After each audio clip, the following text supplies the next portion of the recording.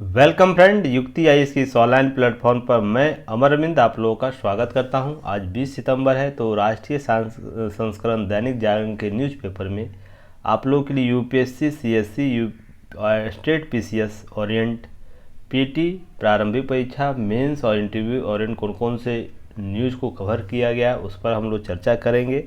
और all government competitive exam की दृष्टि से कौन कौन से न्यूज़ पीटी ओरिएंट है, प्रारंभिक परीक्षा ओरिएंट है, उस पर हम लोग देखेंगे, चर्चा करेंगे। आगे बढ़ने से पहले आप लोग सबसे पहले चैनल को ज़रूर सब्सक्राइब कीजिए, साथ ही साथ बेल आइकन को भी दबाएं ताकि सभी नोटिफिकेशन सबसे पहले आप तक पहुंचे। और जो हमारे पुराने और नए लिसनर हैं, व्यूअर हैं, चैनल को ज़रूर अपने ग्रुप सर्किल में शेयर कर सकते हैं, अपने मित्र को शेयर करते हैं, अपने व्हाट्सएप स्टेटस लगा सकते हैं ताकि हम लोग का इम्प्रूवमेंट हो।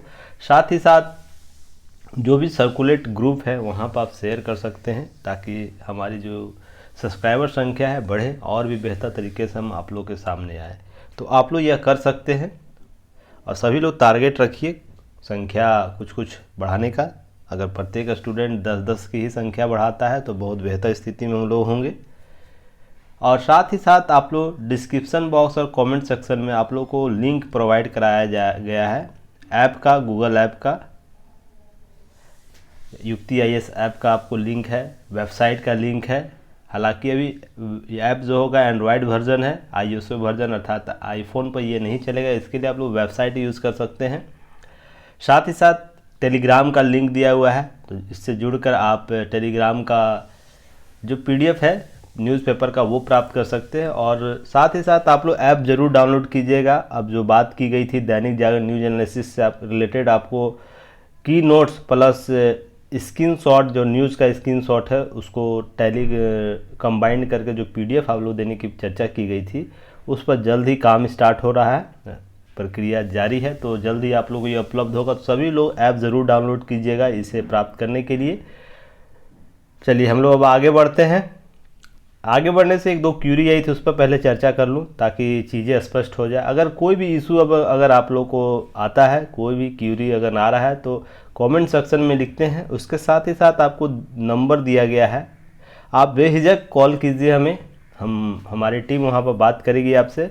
दिए गए नंबर पर आप कॉल कर सकते हैं और या तो मैसेज ड्रॉप कर सकते हैं।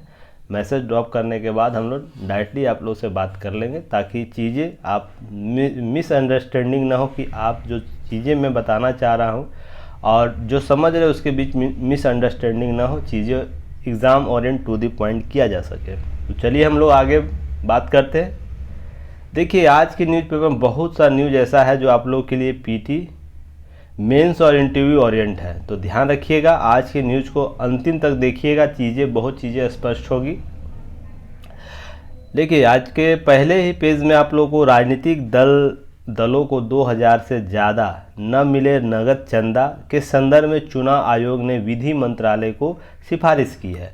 तो इसके संबंध में बात चल रही है। तो यह जो टॉपिक होगा आपको यूपीएससी के जीएस पेपर 2 के संवैधानिक संस्थाओं और जवाबदेहिता और पारदर्शिता के संदर्भ का जो टॉपिक है उससे रिलेटेड ये न्यूज़ कवर होता है। तो आप लोग स्टेट पीसीएस वाले स्टूडेंट अभ्यर्थी यह करिएगा, ये संवैधानिक संस्थाएं आपके जीएस के किस टॉपिक को कवर, किस टॉपिक में है, और प्लस जवाबदेहिता पारदर्शिता जो टॉपिक है आपके किस पेपर 1 में आता है या पेपर 2 में, आप लोग सभी लोग कवर कर लीजिएगा। जैसे बीपीएससी में अलग होता है, यूपी पीसीएस में अलग है, एमपी में अलग है, तो सभी के अपने जीएस के संदर्भ में आप कवर कर सकते हैं। तो आप इस टॉपिक को देखिएगा अपने सिलेबस से टैली करके ताकि चीज़ें आसान कर सके। तो चलिए हम लोग मुद्दे पर अब आते हैं। देखिए चुनाव आयोग ने विधि मंत्रालय को सिफारिश किया है कि जो नगद चंदा जो अधिकतम सीमा पहले 20,000 की गई थी हाल के वर्षों में, उसको घटाकर 2,000 कर दिया जाए ताकि और भी पारदर्शिता स्पष्ट किया जा सके, चुनाव निष्पक्ष चुनाव और स्वच्छ चुनाव जो प्रक्रिया है उसे अपनाया जा सके। तो यह सिफारिश की गई है। अब विधि मंत्रालय डिसाइड करेगा क्या करना है, कैसे करना है चुनाव आयोग के संदर्भ में। तो यहाँ देखिए मुख्य चुनाव आयुक्त जो राजीव कुमार हैं, वर्तमान के जो चुनाव आयुक्त थे उनके द्वारा यह किया गया है। केंद्रीय विधि मंत्री किरण रिजिजू जो है उनको पत्र लिखकर जन प्रतिनिधित्व अधिनियम, देखिए मैं कितनी बार आपको बोलता हूँ कि जन प्रतिनिधित्व अधिनियम को आप लोग संविधान जो भारतीय संविधान बेयर एक्ट है उसके जैसे याद करते हैं आर्टिकल, वैसे आप लोग इसे ज़रूर याद कर लीजिए। यह आपके आज की तैयारी से लेकर जब तक आप प्रशासन का कार्य करेंगे तब तक यह अधिनियम और यह संविधान दोनों आपके लिए उपयोगी रहेगा। अगर आप प्रशासनिक पद पर जाते हैं या गैर प्रशासनिक पद पर जाते हैं तो भी आपको यहाँ पर यह ज़रूरत पड़ेगा। एग्ज़ाम में देखिए यूपीएससी सीएससी 2022 के एग्ज़ाम में, मेंस के एग्ज़ाम में यह क्वेश्चन 11वां नंबर क्वेश्चन था आपको GS2 के पेपर में, जनप्रतिनिधित्व अधिनियम। इसलिए हमेशा मैं बोल रहा हूँ कि चीज़ें एग्ज़ाम ओरिएंट पढ़िए ताकि और भी बेहतर तरीके से आप लोग कर सकें। तो ये चीज़ आप कीजिएगा, इसे अच्छे से मैं ग्रुप में आप लोगों को इसका एक्ट भी शेयर कर दिया हूँ, तो ताकि आप लोग उसे अच्छे तरीके से प्रिंट आउट निकाल के याद कर लीजिए। कुछ चीज़ें याद की जाती है, जैसे संविधान याद करते हैं आप लोग, इसे भी याद कर लीजिए। तो चलिए हम लोग बात करते हैं आगे। यहीं पर देखिए, चंदे की पारदर्शिता लाने के संदर्भ में चुनाव लड़ने वाले उम्मीदवारों खर्च की आयोग की कमी लाना चाहता है, तो यह उद्देश्य इसका है, मुख्य उद्देश्य। साथ ही साथ हाल ही में क्या किया है, चुनाव आयोग 284 दलों के नियम पालन की रजिस्ट्रेशन को रद्द किया है और 253 पार्टियों को निष्क्रिय घोषित कर दिया है। चुनाव सुधार प्रक्रिया जब पूछेगा, इससे पहले आपको न्यूज़ पहले भी कवर किया गया है कि चुनाव प्रक्रिया में सुधार कैसे की जाए, चुनाव आयोग ने कैसे फेज में चुनाव सुधार किए, सभी पर चर्चा हो चुका है। तो आप लोग प्लेलिस्ट में जाके वीडियो ज़रूर देखिएगा। चलिए इससे हम लोग बात करते हैं आगे, इतर बात करते हैं कि क्या इससे रिलेटेड बातें और भी उभर कर सामने आई। केवल इसे राजनीतिक चुनाव या राजनीतिक चंदा तक ही सीमित आप लोग नहीं रखिएगा, यह इसका बहुत ब्रॉड एस्पेक्ट है। यह कहीं ना कहीं राजनीतिक अपराधीकरण को कम करता है, चुनाव का कॉर्पोरेटाइजेशन होता है, कॉर्पोरेट सिस्टम डेवलप होता है, उसको कम करता है, पारदर्शिता लाने के लिए जवाबदेहिता को तय करता है। साथ ही साथ आपको यह चुनाव आयोग में चंदे की कमी से खर्च की जो सीमा है, खर्च की अंधाधुंध सीमा है, तो आप उस पर भी रोक लगाने का प्रयास करता है। तो बहुत से डायग्राम इस राजनीतिक चंदे से टच होते हैं, वो आपको एग्ज़ाम में सभी से रिलेटेड प्रश्न किए जा सकते हैं। तो महत्वपूर्ण बात करेंगे, पहले भी चर्चा की जा चुकी है सभी टॉपिक को, लगभग टॉपिक पर। इससे रिलेटेड जो टॉपिक है उस पर आज हम लोग चर्चा करेंगे। आगे आने वाले समय में अगर कोई ऐसा टॉपिक आता है फिर उस पर भी हम लोग चर्चा कर लेंगे।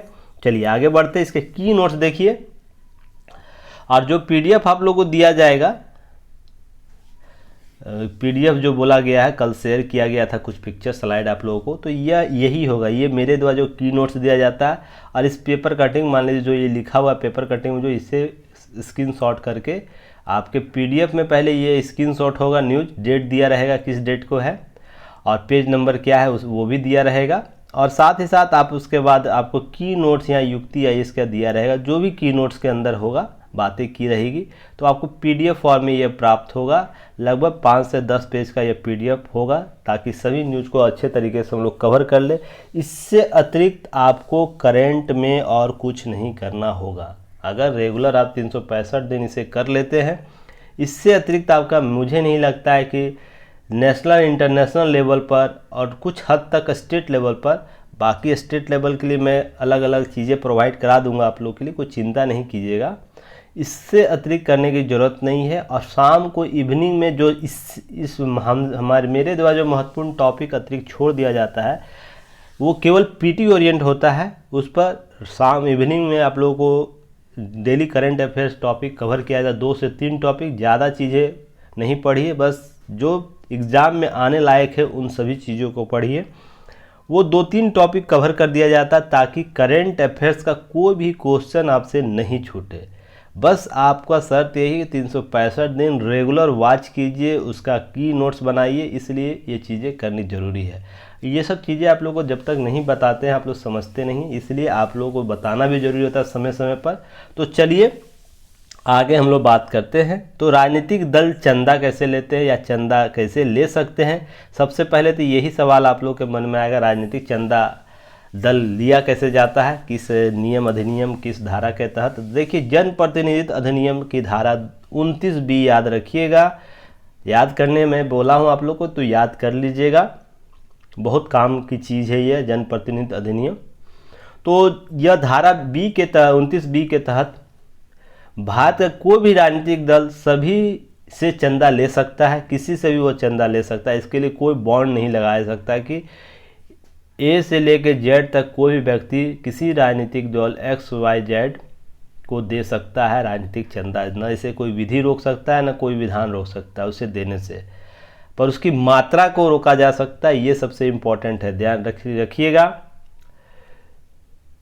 एक टर्मिनोलॉजी आता है, उसे आप लोग याद रखिएगा। कभी भी अगर क्वेश्चन पूछा जाता है उस टर्मिनोलॉजी को यूज़ कीजिएगा, कहीं ना कहीं आपका आंसर इम्प्रूवमेंट होगा।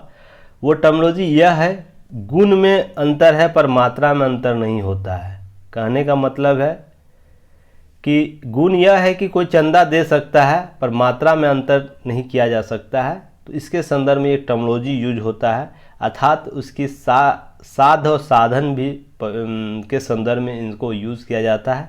तो जैसे क्या है, यहाँ पर किसी को चंदा देने से नहीं रोक सकता, पर उसकी मात्रा कितनी होगी ये ज़रूर विधि के न्याय क्षेत्र में आता है। विधि जैसे धारा हो या सर्वोच्च न्यायालय या चुनाव आयोग के द्वारा इस पर निगरानी की जा सकती है, पर कौन व्यक्ति कितना चंदा देगा ये कोई नहीं। जब मान लीजिए कोई व्यक्ति 100 रुपया भी दे सकता है, 1 रुपया भी दे सकता है, 10 लाख भी दे सकता है, 10 करोड़ भी दे सकता है, 10 अरब भी दे सकता है, या इससे भी बड़ी संख्या दे सकता है।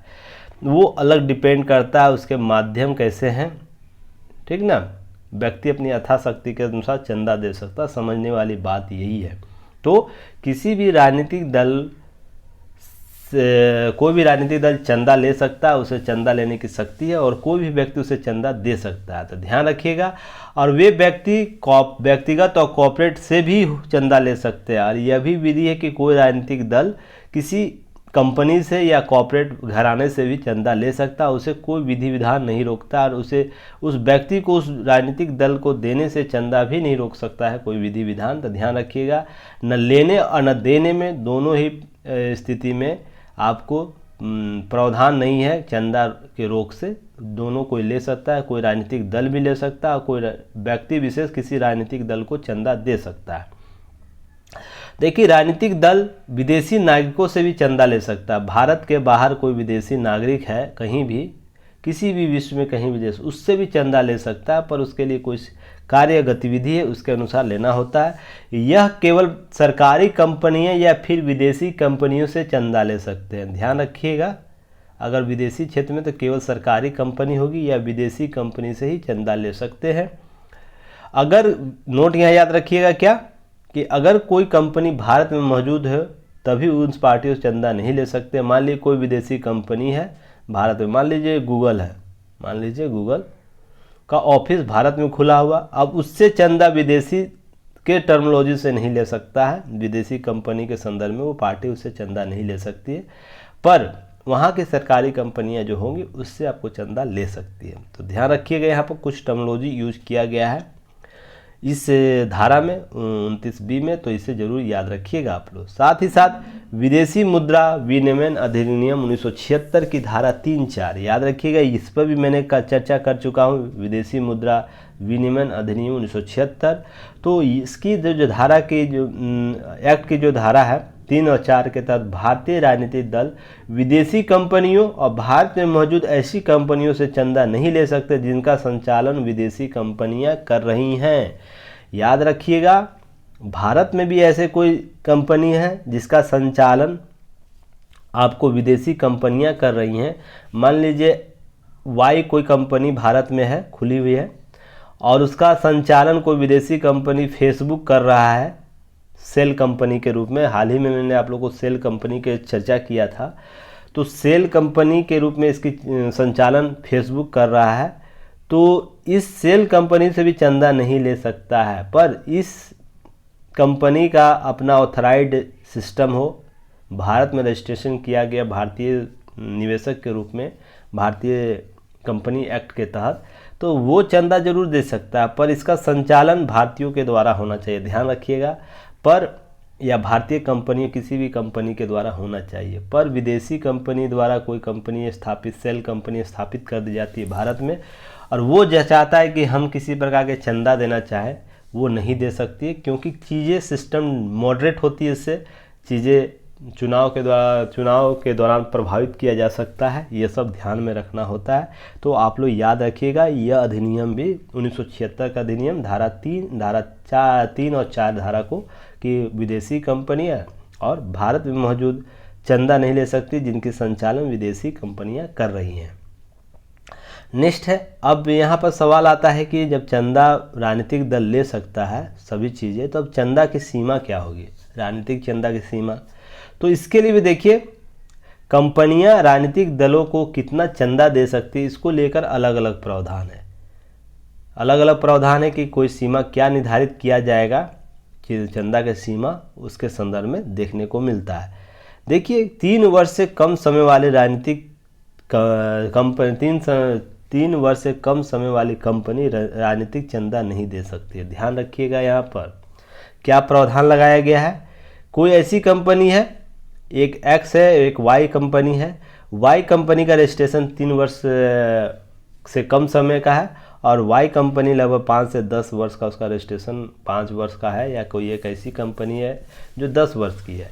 तो दोनों ये चंदा दे सकती है, पर यह कंपनी जो वाई कंपनी है वो चंदा नहीं दे सकती, क्योंकि 3 वर्ष का एक समय सीमा होना चाहिए। सबसे पहले याद रखिएगा, ये सब प्रश्न यूपीएससी के प्रश्न में क्रिएट किया गया है। पॉइंट ऑप्शन जो दिया रहता है ABCD, उसमें से आपको पूछ 1 2 3 ऐसे भी दिया रहता है, उसमें क्रिएट किया जाता है। तो आप लोग इसे बेहतर तरीके से समझिएगा।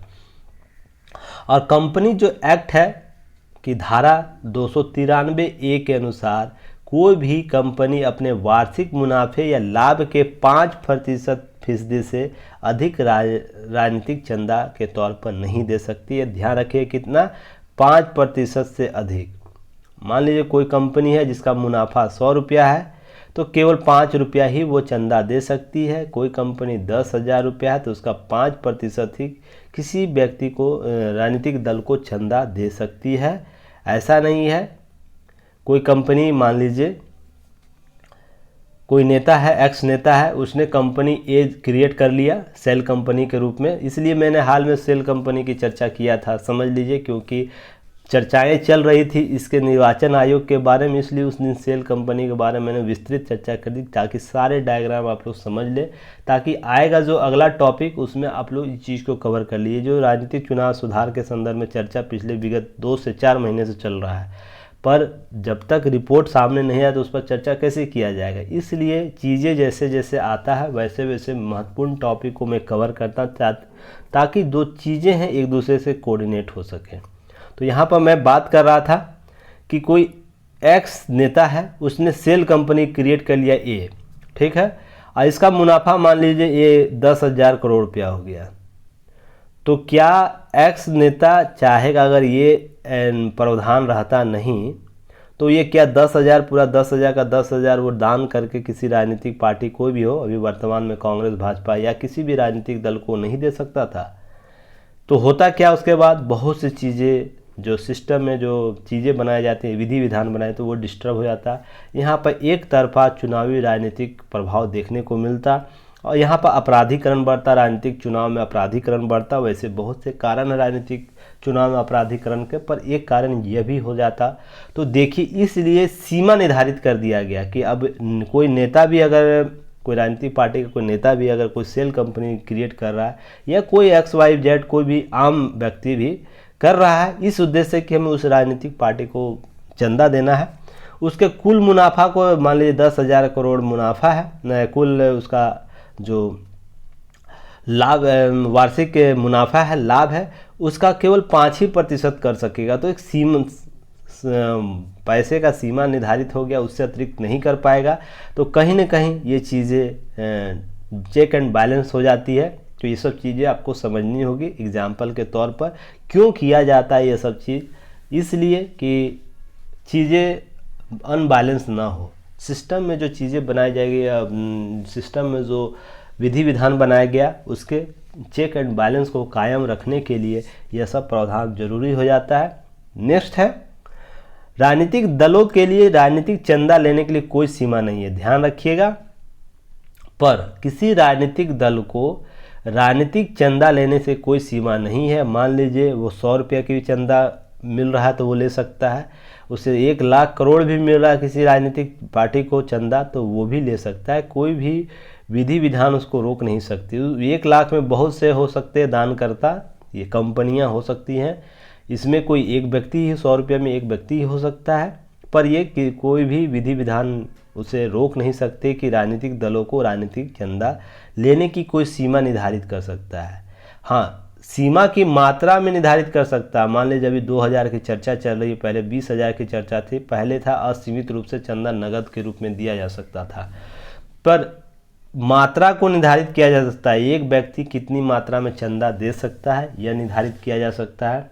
मान लीजिए एक्स कोई व्यक्ति है, वो कितनी मात्रा में चंदा दे सकता है, कितने उसकी क्षमता के अनुसार चंदा दे सकता है, उसके लाभ के अनुपात में चंदा वो दे सकता है। पर कुल चंदा की मात्रा लेने से किसी राजनीतिक दल को रोका नहीं जा सकता है। यह आयकर कानून की धारा जो है 13A के अनुसार राजनीतिक दलों को आयकर से छूट मिली हुई है। ध्यान रखिएगा, इसको छूट मिली है आयकर कानून के इनकम टैक्स जो कानून उसकी धारा 13A के तहत। तो आपसे प्रश्न यहाँ पूछा गया है यूपीएससी में, जो राजनीतिक दलों की चंदा है क्या आयकर अधिनियम के छूट की सीमा के तहत आता है? तो जी हाँ, आता है। तो ऑप्शन में आप लोग को दिया हुआ था, तो ध्यान रखिएगा, प्रश्न ऐसे क्रिएट किया जाता है। नेक्स्ट है, अब अगला टॉपिक इसमें आप लोग को दिमाग में चल रहा होगा कि राजनीतिक चुनाव खर्च की सीमा क्या है। अब सर चंदा ले सकता है, चंदा दे सकता है, उसे कोई रोक नहीं सकता है। तो खर्च की सीमा निर्धारित जब तक नहीं करेगा तो कोई पार्टी, देखिए कितनी भी असीमित, मान लीजिए किसी पार्टी में असीमित पैसा है तो चुनाव में बाहुबल अपनाकर, फैसिलिटियां देकर चुनाव को अपने पक्ष में लाने के लिए जनता को मॉडरेट कर सकता है, उसे उसके ब्रेन वॉश कर सकता है। इसलिए ज़रूरी है इसे खर्च की सीमा तय करना। आप लोग सोचते होंगे बस एक टेक्नोलॉजी की बस चीज़ें चुनाव आयोग को पारदर्शी बनाने के लिए सीमा निर्धारित कर दी जाती, ऐसा नहीं है। ए से लेकर जेड तक प्रक्रियाएं हैं जो एक दूसरे से जुड़ी है, सभी को प्रति संतुलित करने के लिए सब टेक्नोलॉजी का यूज किया जाता है। तो आप लोग ध्यान रखिएगा, अगर राजनीतिक चुनाव में खर्च की सीमा निर्धारित चुनाव आयोग नहीं करेगा तो किसी पार्टी के पास 100 रुपया चंदा के रूप में आया है, किसी पार्टी पर 1 लाख रुपया का चंदा, 1 लाख रुपया के पास 1 लाख रुपया का चंदा आया, तो किसी के पार्टी के पास 500 करोड़ का चंदा आया है। तो आप ही बताइए, चुनाव के दौरान सबसे ज़्यादा मजबूत पार्टी के रूप में कौन कार्य कर सकेगी, लोगों की संख्या कौन बढ़ाएगी? ये जो सबसे ज़्यादा जिसके पास पैसा होगा। इसलिए चुनाव खर्च की सीमा यही निर्धारित करता है, किसी पार्टी पर कितना भी रुपया क्यों ना हो, किसी पार्टी के पास मान लीजिए 1 लाख करोड़ क्यों भी ना हो, मान के चलिए, संख्या में बता दे, बड़ी संख्या बताऊंगा तो ही तो समझ पाइएगा। आपके पास क्यों नहीं हो, पर आप चुनाव में केवल जो निर्धारित किया गया है खर्च, जैसे 70 लाख से 98 लाख किया गया है, या तो 95 लाख किया गया है, 70 लाख से 54 लाख किया गया है, 75 से 95 लाख, उससे पहले 20 से 25 था। तो ये इतना ही आप कर सकते हैं। आपका 1 लाख करोड़ कोई काम का नहीं रहेगा, पर उस विधानसभा लोकसभा चुनाव में आप निर्धारित सीमा के अंदर ही खर्च कर सकते हैं। इसलिए यह प्रावधान लाया जाता है। तो आप लोग आज के बाद प्रश्न कहीं इंटरव्यू में पूछ दिया जाए तो आप बेहिचक ये चीज़ बताइएगा कि चुनाव में खर्च की सीमा क्यों चुनाव आयोग लाता है, क्या इसकी ज़रूरत है। तो केवल एक ही शब्द बनी बनाई किताबों के आधार पर मत बता दीजिएगा कि केवल चुनाव में पारदर्शिता लाना है, भ्रष्टाचार को कम करना है, या तो जो अवैध पैसा है उसे समाप्त करने के लिए, उसे कम करने के लिए यह सब चीज़ें की। ये किताबी भाषा है। व्यवहारिक ज्ञान आपका ये कहता है कि जब चंदा मिल रहा है तो चंदा की सीमा जब तक निर्धारित नहीं करेगा तो किसी भी पार्टी विशेष स्वतः चुनाव में प्रभाव देखने को मिल जाएगा उसका। इसलिए उसको कम करने के लिए चुनावी खर्च सीमा निर्धारित की जाती है किसी चुनाव आयोग के द्वारा, किसी राजनीतिक पार्टी के लिए या सभी राजनीतिक पार्टी के लिए। ध्यान रखिएगा, चीज़ें जब एक दूसरे से कोऑर्डिनेट करके पढ़िएगा, आपका आंसर और बोलने की क्षमता विकसित होगी, चीज़ों को समझने की क्षमता विकसित होगी, और आप निस्संदेह एक ऐसे स्टूडेंट अभ्यर्थी के तौर पर सामने होंगे इंटरव्यू बोर्ड के सामने, जहां आपका चयन करना उनकी मजबूरी हो जाएगी, क्योंकि मैं इस व्यक्ति का चयन नहीं करूं तो फिर किसका करूंगा। तो आप ऐसे स्थिति पर आइए कि इंटरव्यू बोर्ड के मेंबर को यह लगे अगर इस व्यक्ति विशेष का चयन नहीं होता है तो आयोग, मान लीजिए प्रशासनिक आयोग जो है, भारतीय प्रशासनिक आयोग के साथ न्याय नहीं होगा। अगर आप ऐसे जवाब देना सीख जाइएगा, आपका ऑटोमेटिक सिलेक्शन होना ज़रूरी है, सिलेक्शन के करीब होंगे। तो देखिए यहाँ पर चुनाव आयोग क्या निर्धारित किया है। तो बड़े राज्यों की प्रत्याशी, लोकसभा चुनाव के लिए बड़े राज्यों में प्रत्याशियों के अर्थात जो चुनाव लड़ रहा है उसके लिए 95 लाख सीमा निर्धारित किया है। चुनाव के दौरान वो खर्च कर सकता है। बड़े राज्यों कहने का मतलब जिसकी जनसंख्या 10 लाख यानी निर्वाचन क्षेत्र है उससे अधिक है, अब प्लस 20 लाख और जिसका बड़े राज्य कहने में उत्तर प्रदेश, महाराष्ट्र, बिहार, मध्य प्रदेश जैसे राज्य जो हैं बड़े स्टेट हैं, उनके लिए यह सीमा लोकसभा में आपको 95 लाख है। और छोटे राज्य जैसे पूर्वोत्तर के राज्य हैं, छोटे छोटे राज्य है, सिक्किम, उसी प्रकार गोवा आपको, तो वहाँ पर 75 लाख रुपये खर्च कर सकेंगे। जो इससे पूर्व कितना था, 70 लाख सीमा निर्धारित था बड़े राज्यों के लिए और 54 लाख था छोटे राज्यों के लिए। तो आपसे यहाँ प्रश्न क्रिएट किया जा सकता है 95 लाख और 70 लाख, कितने लाख की बढ़ोतरी की गई बड़े राज्यों में, और आपको इधर 75 लाख हुआ, इधर 54 लाख, तो कितनी बढ़ोतरी हुई छोटे राज्यों में चुनाव, लोकसभा के चुनाव खर्च में। तो आपको ऐसे भी प्रश्न, रीजनिंग टाइप से भी प्रश्न किया जा सकता है। तो आप लोग इसे निकाल लीजिएगा। सॉरी, थोड़ा सा चीज़ें आज सही नहीं है।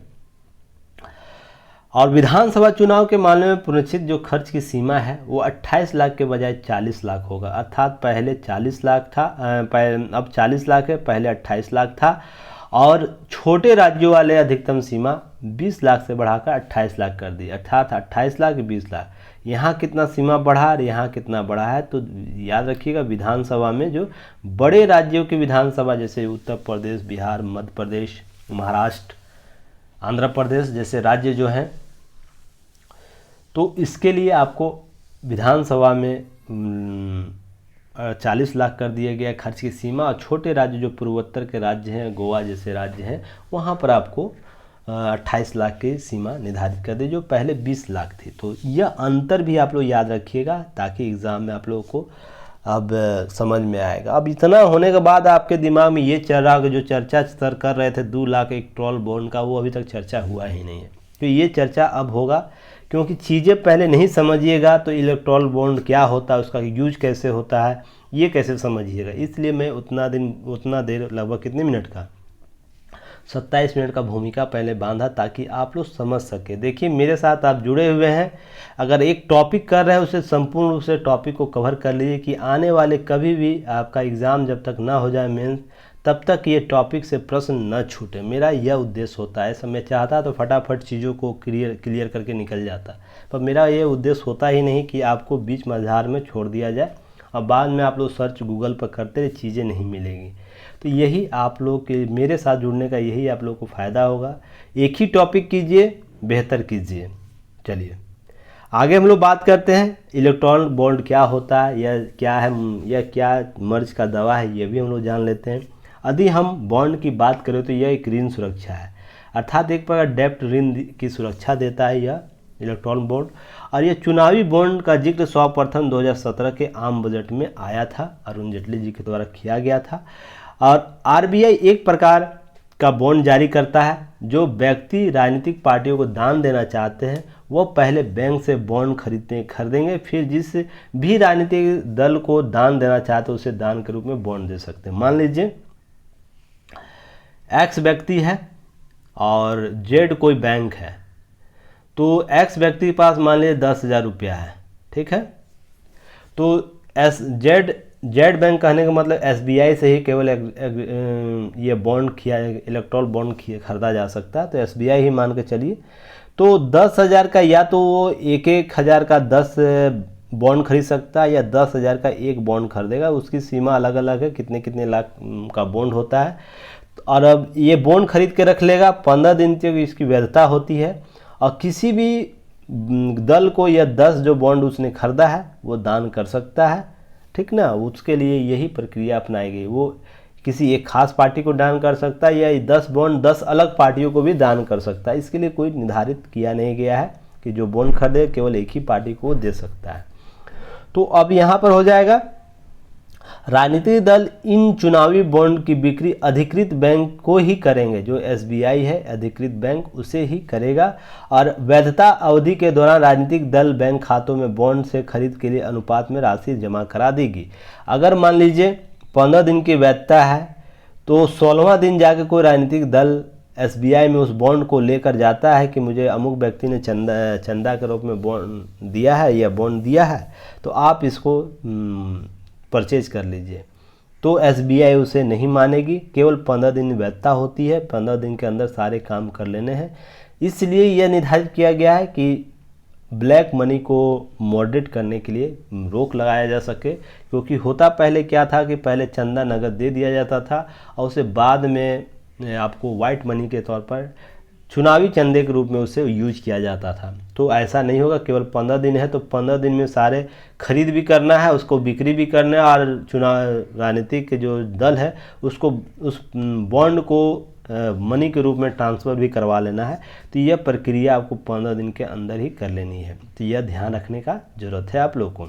शॉर्ट अवधि में होता है, इसलिए भ्रष्टाचार के जो ब्लैक मनी का जो मॉडरेशन है वो कम होता है। वाइट मनी उसको ट्रांसफ़र करने में समय कम रहता है, तो वो नहीं हो पाता। चीज़ें इस रूप से भी देखने की ज़रूरत है। अब चुनावी बॉन्ड एक प्राइमरी नोट होता है, प्राइमरी नोट होता है, अर्थात ये की तरह का नोट जिस पर किसी प्रकार का ब्याज नहीं दिया जाता। ध्यान रखिएगा, अब कोई व्यक्ति 10,000 का बॉन्ड खरीद लिया और 14 दिन रखा, उस पर बैंक से बोलेगा कि मुझे किसी राजनीतिक पार्टी को दान कर देता है, और वो राजनीतिक पार्टी जाके बैंक एसबीआई को बोले कि मुझे इतना है, तो उसके एवज में ब्याज भी मिलना चाहिए। तो ब्याज नहीं मिलता है, 10,000 का है तो 10,000 ही एसबीआई पेड करेगी किसी राजनीतिक पार्टी को। यह भी ध्यान रखिएगा, सभी चीज़ें एक दूसरे से कोने, सारे जो चोर दरवाजे हैं उसको बंद करने का प्रयास किया गया है इस इलेक्टोरल बॉन्ड में, कि चुनावी जो बॉन्ड होता है उसमें। तो इसके तहत क्या होगा, जमा करेगी और यह ब्याज में नहीं दिया जाएगा। उल्लेखनीय है कि चुनाव बॉन्ड को चेक या ई भुगतान के जरिए ही खरीदा जा सकता है। ध्यान रखिएगा, एक और चीज़ें आपको यूपीएससी में प्रश्न यहाँ से शायद क्रिएट किया जाए, जहाँ तक मुझे रिकॉल हो रहा है, जब 18 का शायद में भी था तो उसमें यह चर्चा में था, इससे टॉपिक प्रश्न किया ही गया था। तो अब देखिए, नगद या चेक या ई भुगतान के माध्यम से ही किसी चुनावी बॉन्ड को खरीदा जा सकता है, नगद के रूप में नहीं खरीदा जाएगा। ध्यान रखिएगा, किसी प्रकार का नगद लेन देन इस दौरान एसबीआई नहीं करेगी इलेक्टोरल बॉन्ड के खरीद में। ई भुगतान करना या चेक दे देना है और वही चेक जाके जमा करना है, यानी नोट जो जारी करेगा एसबीआई बॉन्ड के रूप में, उस बॉन्ड को राजनीतिक दल जाके करेगी और आपका भुगतान करेगी। भुगतान नगद हो सकता है या उसके अकाउंट में डायरेक्ट ट्रांसफ़र हो सकता है, पर चुनाव जो बॉन्ड खरीदा जाएगा वो किसी प्रकार का नगद नहीं होगा। ठीक, अब है कि राजनीतिक दलों को चंदा देने के बजाय मुक्त बॉन्ड भारतीय स्टेट बैंक से ही खरीदे जा सकते हैं, सभी बैंकों से नहीं खरीदे जा सकते हैं। ध्यान रखिएगा, केवल आपको भारतीय स्टेट बैंक अर्थात एसबीआई से ही खरीदे जा सकते हैं। अब चुनावी बॉन्ड 1,000 रुपये का हो सकता है, 10,000 रुपये का हो सकता है, 1 लाख का हो सकता है, 10 लाख का हो सकता है, 1 करोड़ रुपये का मूल्य के रूप में उपलब्ध होंगे। तो इसके लिए आपको कै श्रेणियाँ बना दी गई है। 1,000 का एक श्रेणी है, 10,000 का दूसरी श्रेणी है, 1 लाख की तीसरी श्रेणी है, 10 लाख की चौथी श्रेणी है और 1 करोड़ की 5वीं श्रेणी है। तो ध्यान रखिएगा, कोई व्यक्ति 5 तरह के इलेक्टोरल बॉन्ड खरीद सकता है, तो जिसमें 1,000 का वो बॉन्ड ले सकता है, या तो 10,000 के बॉन्ड वो खरीद सकता है 1 लाख के, उसके बाद 10 लाख का और 1 करोड़ का, और इसी तरह बॉन्ड वो खरीद सकता है। ध्यान रखिएगा, न्यूनतम सबसे 1 लाख है और अधिकतम 1 करोड़ है। तो आपको यहाँ यूपीएससी या पीसीएस ऐसे भी प्रश्न क्रिएट कर सकता है, अधिकतम न्यूनतम के बीच की सीमा को भी पूछ सकता है। ध्यान रखिएगा, यहाँ चुनावी जो बॉन्ड है विक्रय वर्ष में केवल 4 महीने होता है। जनवरी के माह में होगा, अप्रैल के माह में होगा, जुलाई के माह में होगा, अक्टूबर, जो 4 महीने का जो गैप है, 3-3 महीने का जो गैप होता है, जनवरी, फरवरी, मार्च, अप्रैल, जो है जनवरी से भी लेकर अप्रैल के बीच में 3 महीने गैप है, चौथे वर्ष में ये खरीदेगा। तो इस प्रकार से 12 महीनों में आपको 4 बार यह खरीद सकता है और 10 दिनों में यह कर लिया जाएगा। देखिए 10 दिनों के लिए किया जाता है, जो बिक्री होगी केवल 10 दिनों के लिए होगी, ध्यान लीजिएगा, केवल 10 दिनों के लिए बिक्री होगी। और इस समयावधि के खरीदा जाता, जबकि आम चुनाव वर्ष में बॉन्ड की सुविधा 30 दिनों तक दी जाती है। 30 दिनों तक बिक्री करता है एसबीआई, जिसे वो खरीद सकता है कोई व्यक्ति विशेष। और देखिए चंदे की राशि में बॉन्ड से मिलने वाली चंदे की राशि संबंधित दल के अधिकृत बैंक खाते में जमा करेगी। खरीद तो एसबीआई से होगी, पर उसको कोई राजनीतिक पार्टी लेकर जाता है कि मुझे फलना व्यक्ति इस बॉन्ड आपके द्वारा खरीदा था, जमा किया है, तो मेरे एक्स आई, मान ली किसी का आईसीआईसीआई बैंक है, किसी का यूको बैंक है, किसी का यूनियन बैंक है, तो किसी भी बैंक खाते में एसबीआई वो पैसा ट्रांसफ़र कर देगी। ऑनलाइन ट्रांसफ़र ही हो जाता है, नगद नहीं देगी, ध्यान रखिएगा। नगद की चर्चा मैंने पहले ही बोला, नगद रूप से नहीं हो, इलेक्ट्रॉन उसके खाते में चला जाएगा, उस खाते से वो निकाल कर काम कर सकता है। चलिए नेक्स्ट हो गया। और इलेक्टोरल जो बॉन्ड है या चुनावी बॉन्ड है कि वैधता या वैलिडिटी केवल सिर्फ 15 दिनों की होती है। तो ये 15 दिन, ध्यान रखिएगा, 15 दिन में सारी कहानी ख़त्म करनी होती है। आपको उसका भंजा लेना होता है एसबीआई से, पैसे के रूप में आपके अकाउंट में ट्रांसफ़र करा लेना होता है राजनीतिक दल को, नहीं तो 16वां दिन उसका वैलिडिटी समाप्त हो जाता है। वो पैसा किसी काम का नहीं होता है, वो बॉन्ड किसी काम का नहीं होगा। नोट याद रखिएगा, क्या बॉन्ड को कम अवधि के लिए वैध रखने जाने के पीछे का उद्देश्य क्या है?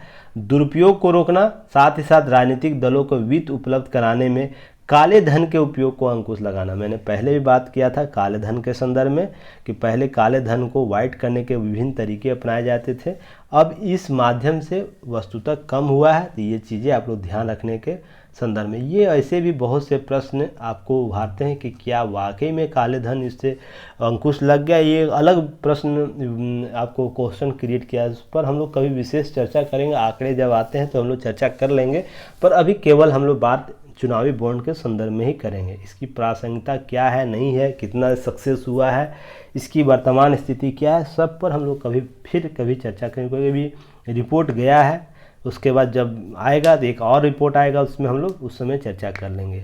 अब क्यों ज़रूरी है निगरानी, यह भी जान लीजिए। इतनी कहानी होने के बाद आपके दिमाग में आ रहा है ऐसा कि इतना लफड़ा करने की ज़रूरत है क्या? तो सबसे पहले राजनीतिक चुनाव के आपराधिकरण का प्रश्न आता है यहाँ पर। चुनाव जीतकर आए लोगों के आपराधिक पृष्ठभूमि को उजागर करने का प्रश्न इससे जुड़ा हुआ है। साथ ही साथ चुनाव का कॉपरेटिकरण करने से रोकने का भी प्रश्न इससे जुड़ा हुआ है। अगर ये सब प्रक्रिया नहीं अपनाई जाएगी तो सोच के देखिए, अभी मैं एग्जाम्पल के तौर पे बता रहा हूँ, अदानी ग्रुप जो है या रिलायंस इंडस्ट्री है या टाटा है या इन्फोसिस कंपनी है, इसके पास भारत में पैसे की कमी नहीं है। कोई भी XYZ की पार्टी को वो अनगिनत पैसे दे सकता था और अपने अनुसार काम कर सकता था, पर सभी के लिए 5% की सीमा निर्धारित कर दी गई है। अपने लाभ का 5% से अधिक आप दान नहीं कर सकते हैं। इलेक्टोरल बॉन्ड के रूप में या चुनावी बॉन्ड के रूप में आपकी जो अधिकतम सीमा है, ये न्यूनतम सीमा 1000 और अधिकतम 1 करोड़ है, तो उसके बीच से अधिक आप बॉन्ड नहीं खरीद सकते हैं। तो आप देखिए, या तो आप इस तरह चंदा दीजिए या तो इस तरह चंदा दीजिए, तो एक सीमा निर्धारित हो जाती है। इसलिए आप ध्यान रखिएगा, ये चीज़ें लाकर की गई है चुनाव आयोग के द्वारा। यह बहुत ही चुनावी खर्च को रोकने का उम्दा कदम है। पहले अनगिनत कोई उसका ऑडिट नहीं होता था। सबसे बड़ी ख़राब प्रश्न तो यहाँ यही है कि ऑडिट नहीं होता था, तो मन घड़ंत रूप से लोग खर्चा करते थे, कोई तय थी सीमा नहीं की गई थी। तो अब चीज़ें उस अनुसार नहीं होती है, अभी भी होती है। उसको अंकुश लगाने के इसलिए 2000 के बाद की जा रही नगद सीमा, पहले 20,000 हुआ करती थी। अब नेक्स्ट है नोट याद रखिएगा, भारत जैसी व्यवस्था में पारदर्शी प्रक्रिया अपनाई जा सकती है। ऐसा नहीं कि भारत में ऐसी पारदर्शी प्रक्रिया अपनाई नहीं जा सकती। हालांकि बुनियादी बात यहाँ यह है कि पार्टियां खुद ही नहीं चाहती कि वो पारदर्शी हो, और राजनीतिक दल जो दान है, काली कमाई को सफ़ेद करने का महत्वपूर्ण साधन सा बन चुका है। यह सबसे इम्पॉर्टेंट पक्ष है कि कोई भी राजनीतिक पार्टी यह नहीं चाहती कि मुझे अधिक आय नहीं आए, अधिक दान नहीं मिले ताकि हम और सशक्त हों, उसे पारदर्शी बनाने के लिए इच्छा शक्ति रखती ही नहीं। जब भी इस प्रकार के प्रश्न उभर कर आएंगे सभी राजनीतिक पार्टियां एक तरफा हो जाती है। इस प्रकार के कदमों के विरोध में या तो दबे पांव लोग राय देते हैं, अंदर ही अंदर ये चलता है कि नहीं क्या ये चुनाव आयोग इस नया स्यापा ला दिया है। तो ये सब चीज़ें नैतिकता की कमी है और जवाबदेहिता की कमी है। लोकतंत्र केवल लोगों के हितों की बात करने की बात करता है, न कि अपने राजनीतिक मंशा की पूर्ति करने के लिए एन केन प्राक्रेन गतिविधियों को संचालित करने की अनुमति देता है। पर भारतीय राजनीति के संदर्भ में ये बातें अपना कही जा सकती है कि यहाँ पार्टियाँ खुद ही नहीं चाहती कि वे पारदर्शी बने। यह सबसे इम्पोर्टेंट पक्ष है। तो सारी तथ्यों की सारी कहानी का एंड यही है कि आपको प्रश्न यहाँ से क्रिएट किया जा सकता है एग्जाम के इंटरव्यू में कि चुनाव आयोग के सुधार इतनी की गई है।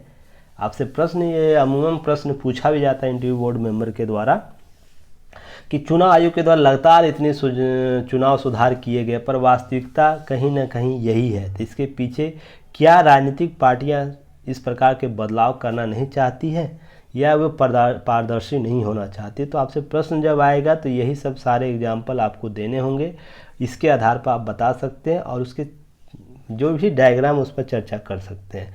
अब मेंस मॉडल प्रश्न आप लोग एक्सरसाइज कर सकते हैं, उसके लिए प्रैक्टिस कर सकते हैं। उसके ग्रुप का जो टेलीग्राम चैनल बना हुआ दैनिक जागरण न्यूज एनालिसिस, जो लिंक जिसका दिया हुआ रहता है आप लोग डिस्क्रिप्शन बॉक्स और कमेंट बॉक्स में, उससे जुड़कर अपना आंसर वहाँ सेंड कर सकते हैं। सभी का आंसर रेगुलर चेक हो रहा है। कल मैंने चेक किया 3 व्यक्ति का, आज आने वाले जो 1-2 दिन में सारे लोगों का कवर हो जाएगा। तो सभी को जो दिए हैं उन लोगों का कॉपी चेक हो जाएगा, ध्यान सब्र रखिएगा। देखिए, चुनाव खर्च और चुनावी चंदों के बीच भारतीय राजनीति अक्सर खेलती हुई दिखती है।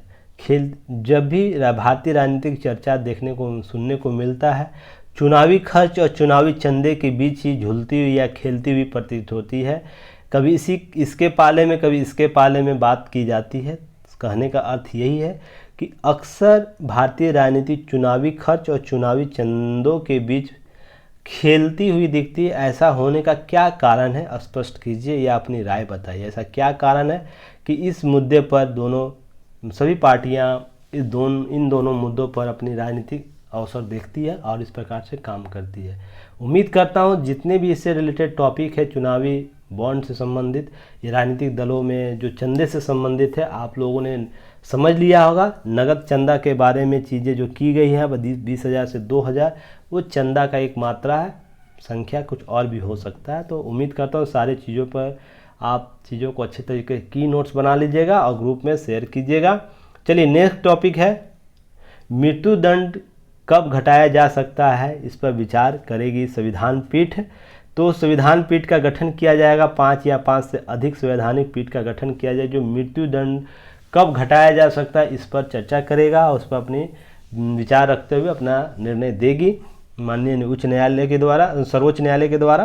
तो आपको यह बहुत ही इम्पोर्टेंट हो जाएगा आने वाले समय में। हालांकि इस पर टीका टिप्पणी अभी वर्तमान में नहीं की जा सकती है क्योंकि न्याय क्षेत्र के अधीन है, पर इसके बैकग्राउंड की चर्चा जरूर की जा सकती है कि मृत्यु दंड क्या है, मृत्यु दंड से संबंधित क्या क्या प्रावधान है और क्यों यह चर्चा में आई है। तो उस पर हम लोग चर्चा करेंगे। और आपका यह जीएस का पेपर जो है न्याय व्यवस्था नीतियाँ उससे संबंधित यूपीएससी के जीएस 2 में यह कवर करेगा। स्टेट पीसीएस वाले स्टूडेंट आप लोग इस टॉपिक को देख लीजिए कहाँ आपके कौन से जीएस पार्ट में कवर हो रहा है, तो इस न्यूज़ को वहाँ से ही ऐड कर लीजिएगा। और देखिए यहाँ पर मामला क्या आया है, मृत्युदंड के प्रावधान के मामले में अपराध की गंभीरता को कम करने वाली परिस्थितियों पर कब और कैसे विचार किया जा सकता है, इसके संबंध में सुप्रीम कोर्ट ने संविधान पीठ दिशा निर्देश करेगी, इसके लिए गठित की जाएगी। वर्तमान में जो हमारे मुख्य न्यायाधीश हैं या चीफ जस्टिस ऑफ इंडिया, उनके द्वारा इस पीठ की अध्यक्षता की जाएगी। और देखिए यहाँ बात आगे है कि मृत्युदंड के प्रावधानों के मामलों में अपराध की गंभीरता कम करने वाली परिस्थितियों पर कब विचार करेगी, इसकी जरूरत है। इसके संदर्भ में 17 अगस्त को ही एक बात की गई थी, मृत्युदंड अपरिवर्तनीय है इसके लिए चर्चा का विषय बन के उभर कर सामने आ गया, क्योंकि मृत्युदंड अपरिवर्तनीय है या नहीं, इस पर एक संवैधानिक पक्ष के बात बेंच बैठाने की बात हो गई। तो इसके सारे पक्ष को हम लोग देख लेते हैं क्या है। अब यहाँ कुछ टर्मिनोलॉजी है, टफ टर्मिनोलॉजी है, उसे आप लोग समझिएगा। और किन्हीं का कमेंट आया था कुछ शब्द टफ हो जाता, उसे इजी करने का कोशिश कीजिए। मैं प्रयास करता हूँ, पर देखिए होता क्या है कि फ्लो में कुछ चीज़ें ऐसी बोली जाती है जो आपके आंसर राइटिंग को इम्प्रूव कर देता है। तो देखिए बात है क्या, किसी के लिए कोई शब्द आ जाए उसे नोट कर लीजिएगा, ग्रुप में आप शेयर कर दीजिएगा, उसका मतलब क्या होता है मैं कोशिश करूंगा उसका मतलब समझा दूंगा वह। क्योंकि देखिए फ्लो में होते हैं तो कौन सा शब्द कैसे, क्योंकि मैं रटा रटाया चीज़ नहीं बोलता हूँ, आप लोग कभी भी सुने होंगे।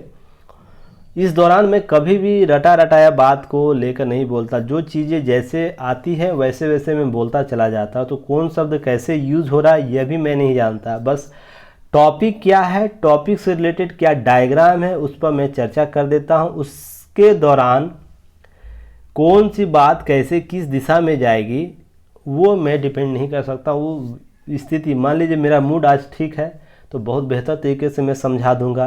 किसी दिन मूड मैं भी मानो हूँ, मेरा मूड किसी दिन ऑफ होगा तो चीज़ें उस अनुसार से हो सकता है कि जहाँ पर चीज़ें कवर नहीं हो पाती बेहतर तरीके से, या तो मेरा जो फेवरेट टॉपिक अगर आ गया तो मैं उस चाहता हूँ कि उस पर बहुत अच्छे तरीके से आपको कवर कर दूँ। तो इसलिए चीज़ें कुछ शब्द सीमा है, शब्द की मर्यादा है, तो मैं भी ध्यान रखता हूँ कुछ शब्द सीमा ऐसे आपको डिफ़िकल्ट शब्द ना दे दिया जाए ताकि समझ ना सके। अगर किसी व्यक्ति विशेष को लगता है कि वो टॉपिक में वो शब्द डिफ़िकल्ट है तो चुपचाप वो कुछ काम करने वो शब्द को आप लिख के ग्रुप में शेयर कर दीजिएगा, टेलीग्राम ग्रुप में दैनिक जागरण न्यूज एनालिसिस में। सर इसका मतलब क्या होता है, मैं वहाँ आसान तरीके में समझा दूँगा। क्योंकि मैं अभी मान लीजिए पहला अगर अभी मुझसे बात किया जाए तो मैंने क्या क्या बोला है पहले 1 मिनट में मुझे अभी याद नहीं है। क्यों, इसके पीछे रीज़न ये है कि टॉपिक अनुसार मैं शब्दों का चयन करता हूँ, इसलिए ये मेरे साथ प्रॉब्लम है, इशू है। अगर इसी टॉपिक में मुझसे कल बात करने को कहिएगा तो मैं किसी और तरीके से बात कर जाऊंगा, यही 100% बात नहीं बोलूँगा। ध्यान रखिएगा, ये सबसे इम्पोर्टेंट हो जाता है। आपके किसी टॉपिक पर विभिन्न तरीके से सोचने समझने और उस पर राय रखने की व्यवस्था होनी चाहिए, ताकि समय परिस्थिति के अनुसार उस टॉपिक को अलग अलग तरीके से आप लोग लिख सकें। इसलिए आप लोग के साथ समस्या हो जाती होगी, हम मानता हूँ इस चीज़ को, पर कोशिश कीजिएगा आप लोग के जो टर्मिनोलॉजी टफ लगे आप लोग को ग्रुप में बस न्यूज़ का हेडलाइंस क्या उसको लिख दीजिएगा और वो टर्मिनोलॉजी क्या यूज़ किया गया उसे आप लोग वहाँ लिख दीजिएगा, उसके बारे में एक्सप्लेन वहाँ पर कर दूंगा। चलिए नेक्स्ट बात हम लोग आगे करते हैं। देखिए न्यायिक दृष्टिकोण से वर्तमान में जो ये परिप्रेक्ष्य उभरा है उसी में रेयरेस्ट ऑफ रेयर सिद्धांत के मूलभूत बिंदुओं पर पुनः पुष्टि करने के लिए यह बात की जा रही है, या मृत्यु दंड के संबंध में ज्यूरिस्प्रूडेंस या न्याय शास्त्र की दृष्टि से नए दृष्टिकोण का नेतृत्व करता है, अर्थात नए मानक तय करने की बात करता है कि रेयरेस्ट ऑफ रेयर जो केस होगा सिद्धांत है जिसमें मृत्यु दंड का प्रावधान किया जाता अमूमन सभी जगह पर। हालांकि विभिन्न देशों में, यूरोपियन कंट्रियों में या विभिन्न लोकतांत्रिक देशों में मृत्यु दंड जैसी प्रक्रियाओं को कम करने के लिए बात परिचर्चा की है और बहुत से देशों में यह लागू भी की गई है कि मृत्यु दंड नहीं दिया जा रहा है। ऐसे बहुत से राष्ट्र हैं। तो इसके संदर्भ में ही आपको भारत में भी यह मांग उठी कि मृत्यु दंड किसी भी व्यक्ति को जीने के अधिकार से वंचित नहीं किया जा सकता है। पर न्याय क्षेत्र में एक कॉन्सेप्ट है रेयरेस्ट ऑफ रेयर। अगर मान लीजिए कोई रेयर केस करता है तो उसके आम सज़ा दी जा सकती है। रेयर केस करता है, मान लीजिए चोरी डकैती या इस प्रकार से कुछ काम करता है तो उसे आजीवन कारावास या तो कठोर दंड या समान कारावास या कुछ वर्षों का कारावास दिया जा सकता है। पर रेयर में रेयरेस्ट केस करता है, जैसे सामूहिक बलात्कार करता है, सामूहिक हत्या करता है या जेनोसाइड कर देता है, किसी गांव में जाके 50 लोगों को मार देता है। हाल ही में देखे होंगे कि झारखंड में बिहार में कोई एक ज़िला था, मुझे याद नहीं आ रहा है, उस ज़िले में बाइक पर चढ़ के लोग 50 लोगों को गोली मार दिया। तो ये किस प्रकार की घटना, ये रेयरेस्ट ऑफ रेयरेस्ट की है। उसकी मानसिक क्षमता को समझने की ज़रूरत है कि उसने किस सीमा पर जाकर उसने अपराध करने की कोशिश की है। वो नहीं समझता है कि बिहार में कानून का राज्य है या कानून जैसी कोई प्रक्रिया का राज्य है, उसे खुली चैलेंज कर रहा है। तो ऐसे प्रकार के व्यक्ति को के लिए रेयरेस्ट ऑफ रेयर सिद्धांत लागू किया जाता है, जो खुली रूप से यह चुनौती हमारे न्यायिक व्यवस्था को देता है, हमारे प्रशासनिक व्यवस्था को देता है, हमारे कानूनी व्यवस्था को देता है। तो वैसे व्यक्ति के लिए रेयरेस्ट ऑफ रेयर्स का सिद्धांत लागू किया जाता है। सिंपल सा शब्दों में समझिएगा, जो ये खुली चुनौती दे देता है कि हम ही सर्वोपरि हैं, तो इस प्रकार के हम कांड कर सकते हैं, इस प्रकार के अपराध कर सकते हैं। तो इस प्रकार के अपराध के लिए रेयरेस्ट ऑफ रेयर सिद्धांत को लागू किया जाता है। तो आप लोग समझ गए होंगे इस टर्मिनोलॉजी को। अब देखिए मृत्युदंड की सज़ा क्या है, इसके संदर्भ में हम लोग बात कर लेंगे ताकि चीज़ें और भी आगे चर्चा हो जाए। तो मृत्युदंड या मौत की सज़ा किसी जघन्य अपराध या कृत्य के मामले में दोष सिद्धि के बाद न्यायालय द्वारा दी जाने वाली फांसी की सज़ा एक प्रक्रिया है, जिसमें उस रेयरेस्ट ऑफ रेयर केस को संदर्भ में लेते हुए ये ऐसा किया जाता है। तो ठीक, जघन्य अपराध जैसा कि मैंने श्रेणी क्रम भी बताया, और भी हो सकते हैं जघन्य अपराध में, वो कोई लिमिट नहीं है। अपराध की प्रकृति के अनुसार न्यायालय डिसाइड करती है रेयरेस्ट ऑफ रेयर के संदर्भ में है या नहीं है। तो यह कोई निर्धारित नहीं, जैसे मूल ढांचा भारतीय संविधान में निर्धारित नहीं किया गया है, वैसे ही यह भी रेयरेस्ट ऑफ रेयर्स के जो केस आते हैं वो समय केस की प्रकृति के आधार पर निर्धारित होते हैं। तो चलिए नेक्स्ट हम लोग बात करते हैं, यह न्यायालय द्वारा किसी आरोपित को दिया जाना उच्चतम और कठोरतर दंड है। इससे ज़्यादा बेहतर उच्चतम कठोर किसी व्यक्ति विशेष को नहीं दिया जा सकता है, क्योंकि इससे उसकी अंतिम सांस छीनी जाती है, उसे जीने का अधिकार छीना जाता है। जो न्यायालय जीने के अधिकार का वकालत करता है और जो जीने के लिए स्वतंत्रता राज्यों तक की सरकारों को, केंद्र की सरकारों तक को लताड़ने का कहने मतलब उसे कठोर शब्द में बोला है, किसी भी व्यक्ति विशेष से जीने का अधिकार नहीं छीन सकता, पर इस मामले में वो यही अधिकार का हनन करता है। तो यह विरोधाभास देखने को मिलता है। यही प्रश्न यहाँ पर उभर कर सामने आया है, पर न्यायालय के पास ऐसा कोई विकल्प नहीं बचता है कि किसी भी रेयरेस्ट ऑफ रेयरेस्ट केस में उस व्यक्ति विशेष को ऐसी सज़ा दी जाए। अब जैसे अभी देखिए मामला, जब आतंकी हमला हुआ था, अब जब कसाप आके मुंबई में अंधाधुंध गोलियां चला रहा है, तो उसके बाद उस व्यक्ति के लिए कौन सा सज़ा का प्रावधान होना चाहिए, सोच के देखिए। या निर्भया कांड हुआ, या हाल के दिनों में जो कांड हो रहा है, उसमें किसी व्यक्ति विशेष के साथ कैसा व्यवहार करना चाहिए, जो रेयरेस्ट से रेयरेस्ट श्रेणी में जो अपराध की हर सीमा को लांघ जाता है। तो उसके लिए न्यायालय यही उच्चतम कठोर का प्रावधान करने के लिए वो युक्त प्रक्रिया को अपनाता है, और यह जरूरी भी है। भारतीय संदर्भ में चीज़ें और भी इसके बाद विवाद के प्रश्न हो सकते हैं, पर पहली दृष्टिया में यही देखने को मिलता है। पर क्या भारत में मृत्यु दंड होना चाहिए, नहीं होना चाहिए, यह एक अलग टॉपिक है। इस पर हम लोग कभी विशेष रूप से चर्चा करेंगे, पर वर्तमान उसे मृत्यु दंड के संदर्भ में हम लोग चर्चा करेंगे, ताकि अगला जब न्यूज आएगा उस पर सारे डायग्राम पर हम लोग चर्चा कर सकें। तो भारत में मृत्यु दंड दुर्लभतम या रेयरेस्ट ऑफ रेयर्स के मामले में तक सीमित है, जिसे भारतीय दंड संहिता आईपीसी धारा 1860 की धारा 121 एक्ट, जो आईपीसी की एक्ट है 1860 की धारा 121 राज्य के विरुद्ध हथियार उठाना, यह धारा 302 हत्या के अंतर्गत निर्मित मामले में किया गया है। तो ध्यान रखिएगा, किसी प्रकार का राजनीतिक विरोध करते हैं हथियार के साथ, या अपने व्यक्तिगत विरोध करते हैं राज्य के खिलाफ, तो भी आपको मृत्यु दंड के संदर्भ में धारा 121 के तहत दिया जाता है। हालांकि 807 के संदर्भ में बातें की गई, और 302 जो है हत्या, किसी प्रकार की भी हत्या करते हैं, उसमें भी आपको साजा प्रावधान मृत्यु दंड किया जा सकता है। अब रेयरेस्ट ऑफ रेयर का मामला, यह न्यायालय निर्धारित करेगा किसी अपराध की प्रकृति कितनी रेयरेस्ट है। तो आप लोग ध्यान रखिएगा, मृत्युदंड जघन्यतम अपराध के लिए सबसे उपयुक्त दंड और प्रभावी निवारक उपाय के रूप में देखा जाता है। ध्यान रखिएगा, किसी भी जघन्य अपराध के संदर्भ में, मान लीजिए निर्भया कांड हुआ, तो सभी व्यक्तियों के मुंह में क्या था कि फांसी की सज़ा होनी चाहिए, क्योंकि जघन्य अपराधों की आम भाषा में या आम लोगों के संदर्भ में यही माना जाता है कि जघन्य अपराध किया है तो उस व्यक्ति को जीने का कोई हक नहीं है, कि उसने अपराध की सारी सीमा लांघ दिया।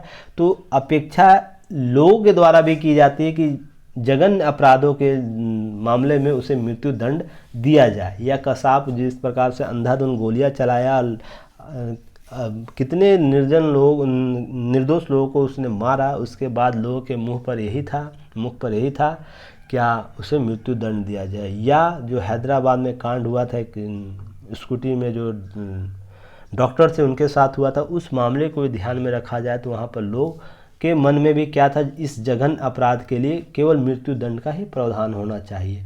और न्यायालय भी इसी दिशा में कार्य करती है। अब यह चीज़ आप समझ गए मृत्यु दंड क्या है। अब भारतीय संदर्भ में मृत्यु दंड की स्थिति क्या है, भारतीय न्यायिक व्यवस्था में मृत्यु दंड की स्थिति क्या है, उसे हम लोग देख लेते हैं। दंड प्रक्रिया संहिता संशोधन अधिनियम CRPC की धारा 1955 याद रखिएगा, 1955 के से पूर्व भारतीय मृत्यु दंड नियम था, ध्यान रखिएगा। CRPC की धारा 1955 जब लागू हुई है तो उससे पूर्व क्या था, मृत्यु दंड के नियम लागू थे, और जिसमें आजीवन कारावास एक अपवाद था। आजीवन कारावास ही मात्र दिया जाता था, उससे अतिरिक्त अपवाद के स्वरूप नहीं तो अधिकतर मामले में मृत्यु दंड दे दिया जाता था। वर्ष 1955 में संशोधन के बाद अदालतें अपने विवेक से मृत्युदंड या आजीवन कारावास देने के लिए स्वतंत्र हो गए। तो मैं अभी क्या बोला, रेजेस्ट जो का मामला होगा न्यायालय निर्धारित करेगा अपना स्वविवेक के आधार पर कि वो कौन सा मामला अपराध की प्रकृति के अनुसार इस मामले को रेयरेस्ट की श्रेणी में रखता है या रेयर की श्रेणी में रखता है, तो ध्यान रखिएगा। तो CRPC की धारा 1973 की धारा याद रखिएगा। फिर 73 में आता है CRPC की धारा जो आपको 354(3) के अनुसार न्यायालय के उच्चतम या अधिकतम दंड देने के कारण निम्नलिखित रूप बताना आवश्यक होगा। देखिए सॉरी, मैं भी कहीं कंफ्यूज हो गया था, अभी कुछ चीज़ें सोचने लगा था, क्या डेट या मैं डेट के बारे में सोचने लगा, क्या डेट दंड प्रक्रिया संशोधन या,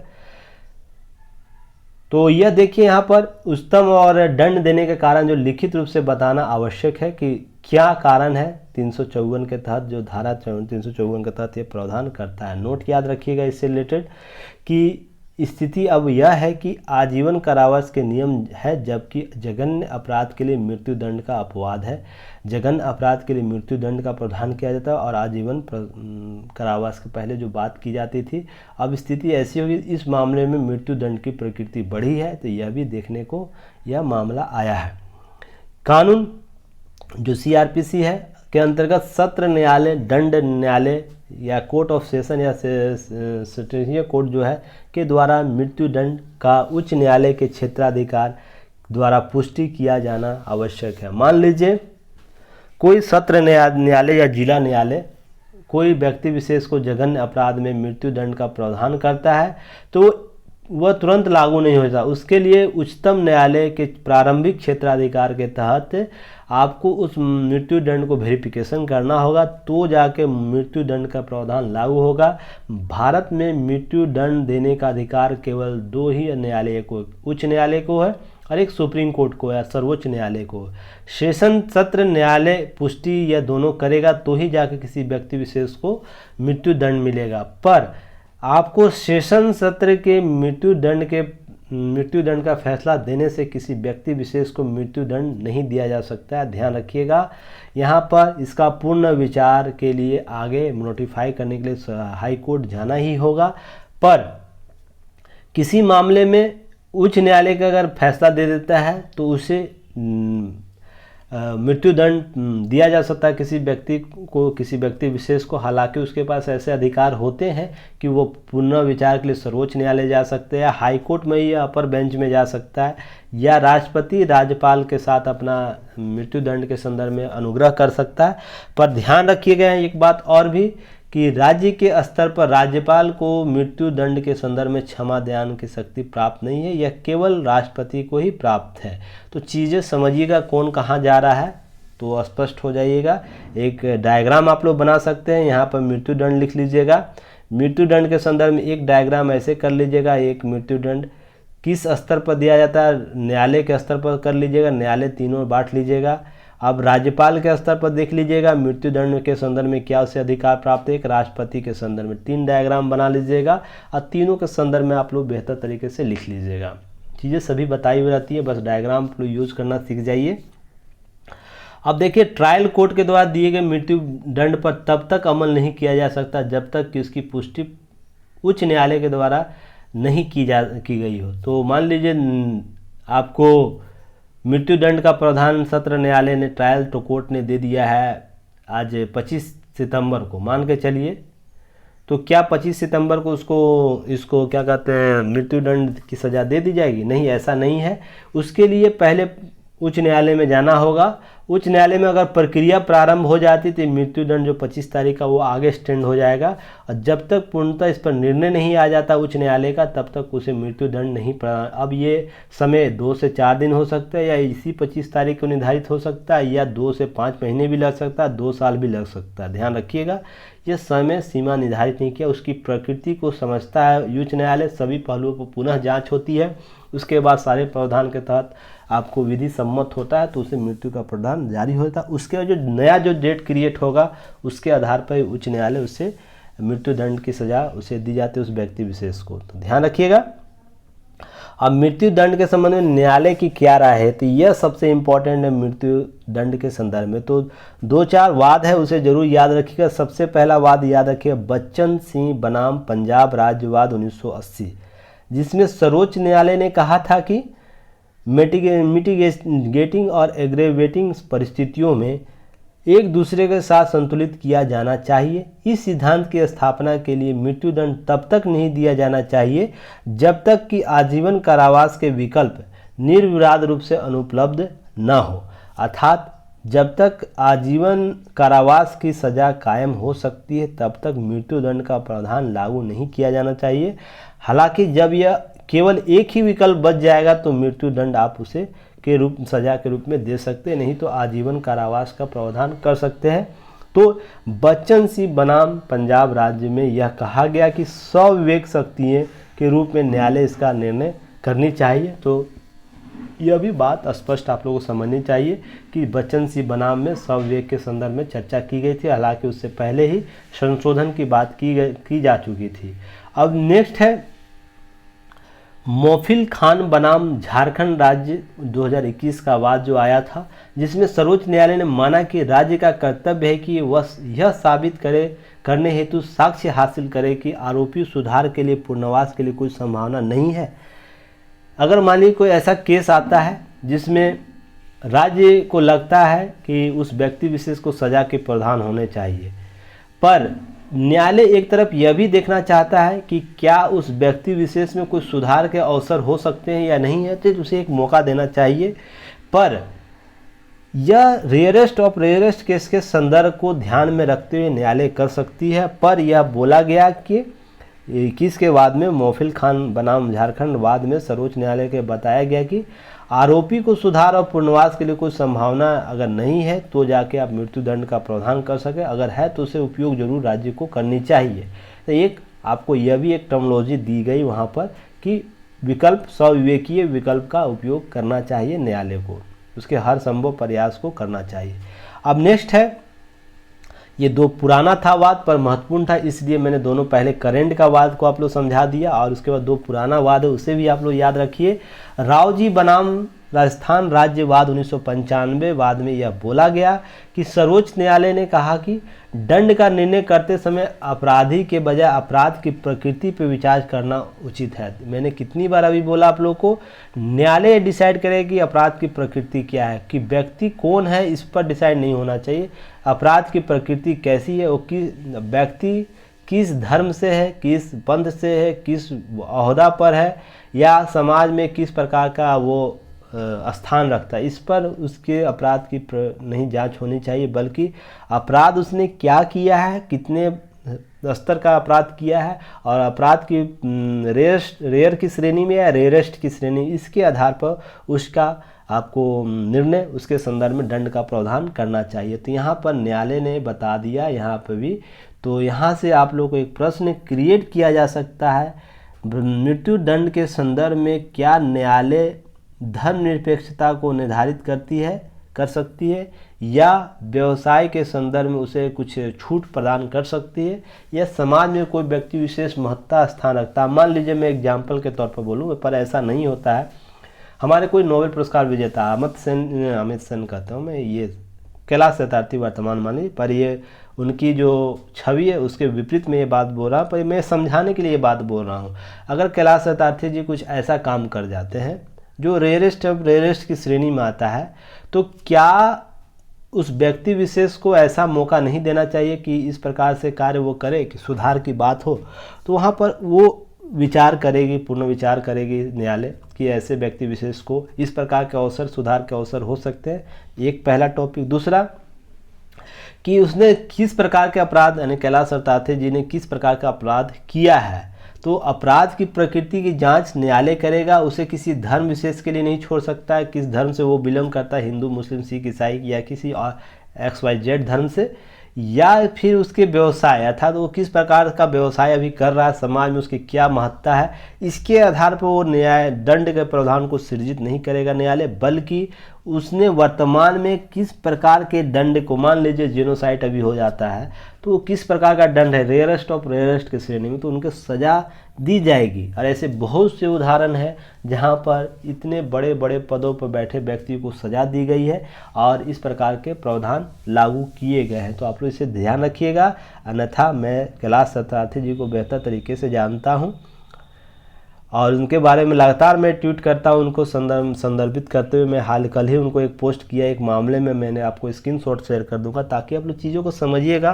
कि मैं एग्जाम्पल क्यों उनका दे रहा हूं, क्योंकि उसकी व्यक्ति की प्रतिष्ठा ऐसी नहीं है, पर इस मामले में उसे समझाने के लिए बहुत बेहतर उम्दा उदाहरण हो सकते हैं, इसलिए मैं उनका उदाहरण दिया हूँ। अब देखिए नेक्स्ट यहाँ पर है कि सर्वोच्च न्यायालय ने कहा दंड का निर्णय करते समय अपराधी के बजाय अपराध की प्रकृति पर विचार करना चाहिए, और न्यायालय ने यह मत वस्तुतः बच्चन सिंह मामले में स्थापित मत के सर्वथा विपरीत है। तो आपको बच्चन सिंह के मामले में आपको समझना है कि बच्चन सिंह क्या बोले। ये बात बच्चन सिंह ये बोला गया था, कहाँ गया बच्चन सिंह 1980 में यह बात बोली गई थी कि यहाँ पर क्या है, निर्विवाद रूप से अनुपलब्ध आजीवन कारावास के संदर्भ में विचार करने की जरूरत है। पर यह मामला पहले ही 95 में यह बात बोल दी गई कि जो प्रकृति ही निर्धारित करेगी कि किस प्रकार के मृत्यु दंड उसी व्यक्ति विशेष को देना चाहिए या नहीं।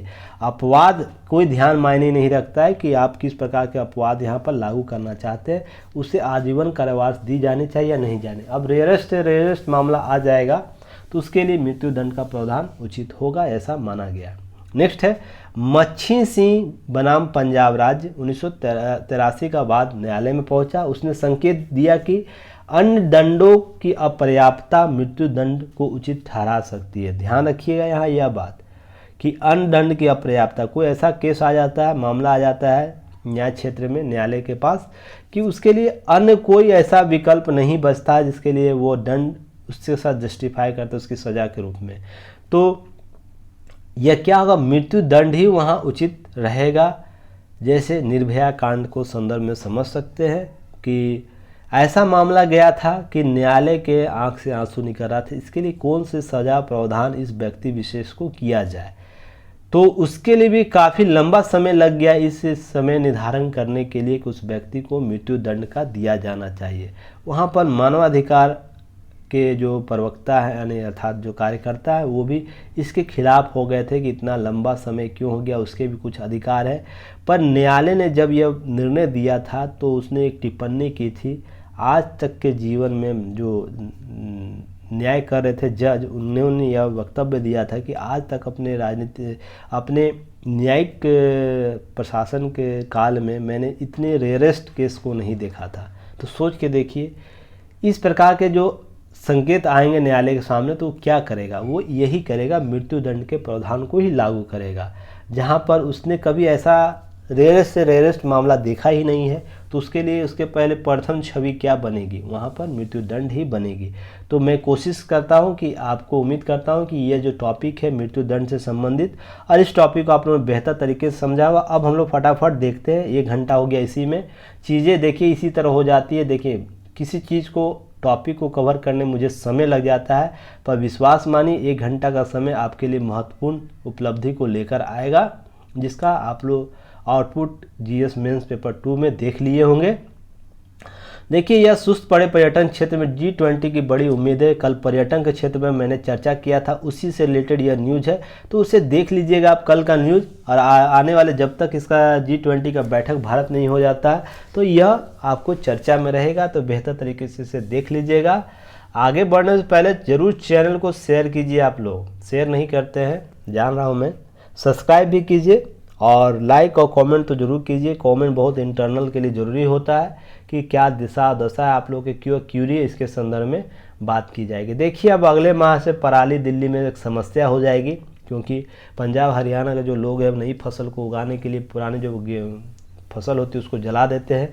तो इसके संदर्भ में बातें जब आएंगी तो हम लोग विशेष चर्चा करेंगे। दिल्ली की सबसे बड़ी समस्या के रूप में भी देखी जाती है, तो हम लोग आने वाले समय में इस पर चर्चा करेंगे। देखिए पुनः हिजाब के लिए, हिजाब धर्म के अनुकूल नहीं है तो उसे नहीं मना सकते हैं, तो वकीलों की दलील दी जा रही है। सर्वोच्च न्यायालय पर इस पर बात परिचर्चा हो रही है कोर्ट में, कोर्ट के परिसर में। तो जब फैसला आएगा इस पर हम लोग विशेष चर्चा करेंगे, पर नज़र आप लोग बनाते रहिएगा। और सभी आर्टिकल यहाँ पर चर्चा हर बार होते रहेगा, तो आप आर्टिकल जो भी छूट जा रहा है आप लोग देखते जाइएगा। कोई नया आर्टिकल अगर कोई चर्चा में आता उसे आप लोग ऐड कर लीजिए। फिलहाल अभी जो चीज़ें मैंने बताया था हिजाब मामले में वही आर्टिकल यहाँ पर चर्चा में है, तो आप लोग उसे देख लीजिएगा, बस टैली कर लीजिएगा। एक पीटी ओरिएंट है, इसे आप लोग जरूर देख लीजिएगा। सेना दिवस परेड अब दिल्ली के बाहर होगी, अर्थात दक्षिणी कमान का जो सेना 2023 का जो होने वाला है 15 जनवरी को सेना के दक्षिणी कमान क्षेत्र में कराने का फैसला किया गया, जो पहले दिल्ली में हुआ करती थी। तो दक्षिणी कमान क्षेत्र कहाँ है यह भी आप लोग याद रखिए, यहाँ से प्रश्न किया जा सकता है। मुख्यालय अहमदाबाद भुज में, असलमेर, जैसलमेर, अजमेर, भाटिंडा, मुंबई, पुणे, झांसी, सागर, सिकंदरा और चेन्नई में स्थित है दक्षिणी कमान का क्षेत्र। तो आपको यहाँ से प्रश्न पूछा जा सकता है, और इससे अतिरिक्त कुछ नई चीज़ें पीटी ओरिएंट है ये, और ये भी यूपीएससी में नहीं पूछी जाएगी, या पीसीएस स्तर के प्रश्न में पूछ सकता है, या गवर्नमेंट का अनकम्पिटिटिव एग्ज़ाम है वहाँ पर ये सब चीज़ें पूछी जाती है। यूपीएससी के स्तर पर ये सब नहीं होता है, तो आप लोग बस पीसीएस जो देने वाले हैं वो थोड़ा सा साथ में कर लेंगे, और जो केवल यूपीएससी देने वाले इन सब न्यूज़ से बचिएगा आप लोग। चलिए नेक्स्ट हम लोग बढ़ेंगे फटाफट। देखिए ये आप लोग आज कवर कर लीजिएगा। सियाचिन में 19,000 फीट से अधिक ऊंचाई पर सैटेलाइट आधारित इंटरनेट सेवा शुरू की, तो लद्दाख के ग्लेशियर में शुरू किया गया है, तो इसे ज़रूर आप लोग याद कर लीजिएगा। पीटी ओरिएंट है, यहाँ से कवर किया जा सकता है। 19,061 फीट की ऊंचाई पर यह सैटेलाइट आधारित इंटरनेट सेवा शुरू की गई है सॉरी, जो देश में जो सीमाएं वहाँ रियल टाइम निगरानी, स्मार्ट सर्विलांस, ड्रोन कंट्रोल और सैनिकों के लिए वर्चुअल ट्रेनिंग के लिए ऑपरेशनों में मदद करेगी। तो बहुत ही सीमा सुरक्षा के लिए बहुत ही इम्पोर्टेंट यह कदम है, जिससे संदर्भ आपको ये चीज़ें करनी है। और साथ ही साथ देखिए यह जो सैटेलाइट सेना के वायुसेना के संचार सैटेलाइट जो GSAT-7A के साथ Indian space research organisation satellite पर आधारित यह सेवा प्रदान किया जाता था, अब ये चीज़ें देखने को मिल रहा है। तो ये सब चीज़ें आप लोगों को ध्यान रखना। भारत नेट प्रोजेक्ट के तहत यह जो ब्रॉडबैंड नेटवर्क है बढ़ाना चाहते हैं, देश में दूर दराज पंचायती इंटरनेट सेवा उपलब्ध कराने का लक्ष्य रखा है, उसी के भी संदर्भ में ये चीज़ें देखने को मिल सकता है। और ये सब चीज़ें आप लोग को पीटी ओरिएंट है, आप लोग पीटी के संदर्भ में इसे कवर कीजिएगा। मेंस में ऐसे चीज़ें नहीं पूछी जाती है, अमूमन बचा जाता है मेंस में प्रश्नों की श्रेणी। कभी कभी अगर आ भी गया राष्ट्रीय सुरक्षा के संदर्भ में तो उसमें हम लोग बात करेंगे। देखिए यह बहुत ही इंपॉर्टेंट है, इसे ज़रूर कवर कीजिएगा आप लोग। और इसका वीडियो देखिए 30 जनवरी के इम्पॉर्टेंट डे सीरीज़ वाला जो प्ले लिस्ट बना हुआ है इम्पॉर्टेंट डे सीरीज़, उसमें जाके देखिएगा। यहाँ पर कुष्ठ रोग से संबंधित सारी चर्चाएँ वहाँ कर दी गई है। जब 30 जनवरी को कुष्ठ रोग उन्मूलन दिवस या एंटी लेप्रोसी डे हुआ था, वहाँ पर चर्चा किया गया, तो आप लोग उसे ज़रूर देख लीजिए। सारे डायग्राम वहाँ पर चर्चा कर दिया गया। इसलिए मैं बोलता हूँ कि युक्तिया इस पर जितने वीडियो बने हुए हैं उसको समय के साथ आप लोग देखते रहिएगा ताकि कवर हो जाए। और अतिरिक्त डाटा यहाँ दिया गया है, वर्तमान डाटा, तो इसे आप लोग नोट डाउन कर लीजिएगा, क्योंकि एक ही चीज़ को बताना सही नहीं है। और उस वीडियो में सारी चीज़ों को चर्चा हो गया है, क्योंकि समय रहता है मेरे पास, समझ लीजिए 1 घंटा 1.5 घंटा हो जाता है, जो आप लोगों के लिए कमेंट भी आता है, अधिक लंबा समय हो जाता है, तो ये सब चीज़ों ध्यान रखना पड़ता है। और ये आपको जीएस पेपर 3 के स्वास्थ्य टॉपिक को कवर करता है यह न्यूज़, तो यह आप लोग देख लीजिएगा। नए केस के मामले कैसे आए हैं इस पर आप लोग डाटा का संग्रह करें। छत्तीसगढ़ में कुष्ठ के सबसे ज़्यादा मामले, 60% जो कुष्ठ के रोगी है भारत में ही है, तो ये सब आंकड़े आपको बहुत ज़रूरी है, काम देगा आने वाले समय में जब भी इससे प्रश्न पूछा जाएगा। तो चलिए नेक्स्ट हम लोग बात करेंगे। यह आर्टिकल आप लोग देख लीजिएगा, आज ज़्यादा इस पर कुछ बातें करनी, इससे भी पहले बात की जा चुकी है। नियंत्रण से बाहर है विदेशी तकनीकी कंपनियां, इस पर मैं कुछ बातें यहाँ पर स्पष्ट कर दूँ ताकि आप लोग समझ जाएं कि इलेक्ट्रॉनिक्स और जो सूचना प्रौद्योगिकी मंत्रालय, भारतीय प्रतिस्पर्धा आयोग, गूगल, फेसबुक समेत बड़ी टेक कंपनियों गैर जिम्मेदाराना व्यवहार और गैर प्रतिस्पर्धी व्यवहार के लिए कठोर कदम उठाने का काम कर रहा है।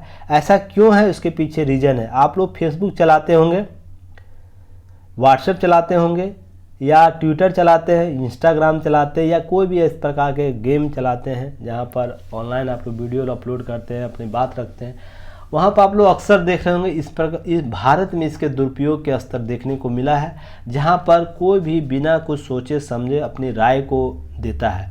मैं आपको एक स्क्रीनशॉट शेयर करूँगा जो मैं हाल ही में ट्वीट किया। प्रधानमंत्री का जन्मदिवस है, ठीक ना, मैं ये किसी पार्टी पॉलिटिक्स के संदर्भ में बात नहीं कर रहा हूँ। मैं यहाँ बात यह कहना चाहता हूँ कि देश के प्रधानमंत्री का आपको जन्मदिन मनाया जा रहा है, उसमें ट्वीट किया गया है किसी पार्टी विशेष के मुखिया के द्वारा, उसका रिप्लाई में दिया हो किस संदर्भ में, आप लोग उसे देखिएगा कि किससे बात कैसी करनी चाहिए। और यही मामला जब सोनिया गांधी के माँ जी के डेथ के संदर्भ में आई थी तो चीज़ें दूसरी तरफ देखने को मिला था।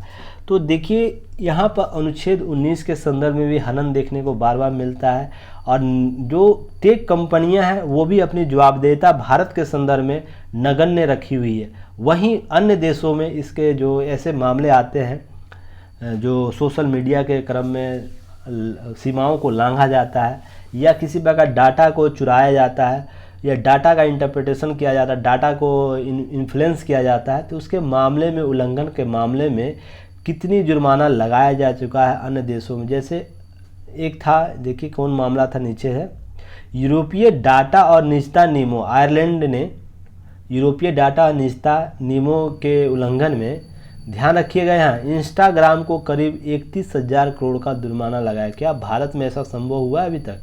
और जितना यहाँ पर डाटा का इन्फ्लुएंस किया जाता है, अभी मैंने कल एक चीज़ सर्च किया था गूगल पर, सिंपल सा मैं समझाना चाहता हूँ। मैंने गूगल पर कल एक सर्च किया था लैपटॉप के बारे में, क्योंकि कुछ मेरा लैपटॉप में इशू था तो मैं लैपटॉप के बारे में सर्च किया था। तो आप सोच के देखिए, उसकी चर्चा आपको मुझे फेसबुक पर देखने को मिल गया, मेरे उसका जो प्रचार है फेसबुक अकाउंट पर देखने को मिल गया। उसी तरह मैं रात को कल एक टॉपिक ऑक्सफैम के बारे में, कल आज आपको करंट अफेयर्स में पढ़ाया जाएगा, उसके बारे में ऑक्सफैम के ऑफिशियल वेबसाइट पर मैंने गया था। तो ऑफिशियल वेबसाइट पर जाकर उसके कुछ डाटा संग्रह कर रहा था कि आपके आंसर राइटिंग में उसका इम्प्रूवमेंट हो सके की नोट्स के तौर पर। तो आज ऑक्सफैम आपको पढ़ाया गया होगा, जो ब्रिटेन की संस्था है। तो देखिए मेरे फेसबुक आईडी पर जो है ना, उसका ऐड आने लगा डोनेट का, यानी डोनेट कीजिए। तो कैसे ये संभव हो सका, सोच के देखिए, ये संभव कैसे हो सका। मैंने तो किसी थर्ड पार्टी को सर्च किया, अब मेरे किसी फोर्थ पार्टी के पास उसका ऐड आ रहा है। तो उसके पीछे रीज़न क्या है? डाटा का संग्रहीकरण सुरक्षित नहीं होना। मैं क्या सर्च कर रहा हूँ, मैं क्या देखना चाहता हूँ, मैं क्या सुनना चाहता हूँ, उसको निर्धारित कंपनी, कोई एक कंपनी निर्धारित कर रहा है। ऐसे ही आप सर्च कीजिएगा, एक ऐसा फंक्शन अब दिया जा रहा है मोबाइल या ये सब गैजेट में कि लगातार आप मोबाइल ऑफ रखे हुए भी हैं मोबाइल को, और उसके आसपास कुछ शब्द दोहरा रहे हैं। मान लीजिए आप टीवी दोहरा रहे हैं, आप इसे एक्सपेरिमेंट के तौर पर देख सकते हैं, आप एक्सपेरिमेंट भी कर सकते हैं। मान लीजिए कोई टीवी अगर वीडियोकॉन टीवी आप कर रहे हैं या एलजी की कोई टीवी की चर्चा बार बार कर रहे हैं, तो जब आप सोशल मीडिया अकाउंट या किसी प्रकार का न्यूज़ आप कवर करते ओपन करते वेब ओपन करते हैं, तो वहाँ आपको टीवी का प्रचार ऑटोमेटिक आने लगेगा। ध्यान रखिए जो मैं बात बोल रहा हूँ। मोबाइल आपका गैजेट, इलेक्ट्रॉनिक गैजेट बंद है, फिर भी अगर उसके आसपास आप कोई बात शब्द बार बार बोल रहे हैं, उसका ऐड आपके मोबाइल पर आने लगता है उसके विभिन्न साधनों के द्वारा। ऐसा इसलिए कि कुछ बग होता है आपके मोबाइल में बग दिया जाता है, एक ऐसा चोर दरवाज़ा जहाँ पर चीज़ों मॉडरेट किया जाता है डाटा को मॉडरेट करने के लिए। तो आप उसके आसपास कुछ शब्द बोलते हैं तो उसको वो एब्जॉर्ब करता है, और जैसे ही वो गैजेट ऑन होगा तो उससे संबंधित जो भी चीज़ें आपके सोशल मीडिया अकाउंट पर, वेब पेज पर, अर्थात जहाँ वेबसाइट आप जो सर्च करते हैं वहाँ पर, या तो गूगल सर्च इंजन में आपको वो चीज़ें देखने को मिल जाएगा ऑटोमेटिक। तो यह बहुत ही गलत तरीका है टेक कंपनियों के द्वारा अपने इन्फ्लुएंस को बढ़ाने के लिए, अपने उपभोक्ताओं का जो पर्सनल डाटा है उसे डीमॉडरेट करने के लिए। इसलिए मैं बोलता हूँ जब भी आप चीज़ें को रखें, इसलिए कुछ नियम कानून बने होते हैं, तो आप दूर रखिए अपने मोबाइल गैजेट को अपने आसपास। जब भी आप इस प्रकार के कुछ पर्सनल बातें कर रहे हैं तो आप दूर रखिए, क्योंकि बग ऐसा होता है आपके मोबाइल में जो इस प्रकार की सूचनाओं को संग्रह करता है। तो इसी प्रकार के आपको देखने को मामला आया था जिसमें 3100 करोड़ का जुर्माना आपको इंस्टाग्राम पर लगा दिया गया। अब देखिए यहाँ पर उसी इंस्टाग्राम पर आप देख सकते हैं भारत के हिंदू देवी देवताओं के बालों को लेकर तमाम अपमानजनक पेज मिल जाएंगे आपको उसके इंस्टाग्राम पर। भारत में ऐसा कोई जुर्माना नहीं लगाया जाता है। इसके पीछे क्या कारण है उस पर हालांकि सरकार अब सख्त हुई है, पर क्या ऐसा कारण है? जवाबदेहिता तय नहीं कर पाती इंस्टाग्राम या भारतीय सरकार जो है नहीं तय कर पाती, यह प्रश्न इस टॉपिक में उभार कर सामने आया है। साथ ही आयरिश सरकार ने व्हाट्सएप और फेसबुक पर 17 करोड़ के आसपास का यूरो का जुर्माना लगाया था, ठोक दिया था, क्योंकि वो भी इस प्रकार के डाटा को इसने इंटरप्रेट किया था, उसका मिसयूज किया था। साथ ही साथ देखिए गूगल के प्रवर्तक कंपनी जो अल्फ़ाबेट है, जो अब जाना जाता है अल्फ़ाबेट, एक सेकंड जल्दी क्योंकि स्क्रीन हो गया था। अल्फ़ाबेट लगभग 4.2 अरब डॉलर जुर्माना लगा। इसके लिए पहले दक्षिण कोरिया के अल्फ़ाबेट फेसबुक पर लगभग 7.1 करोड़ डॉलर का जुर्माना लगाया है। तो देखिए वही कंपनी है, विभिन्न देशों में जुर्माना अदा भी करती है, उन पर जुर्माना भी लगता है डाटा सुरक्षा के संदर्भ में, डाटा इन्फ्लुएंस के संदर्भ में।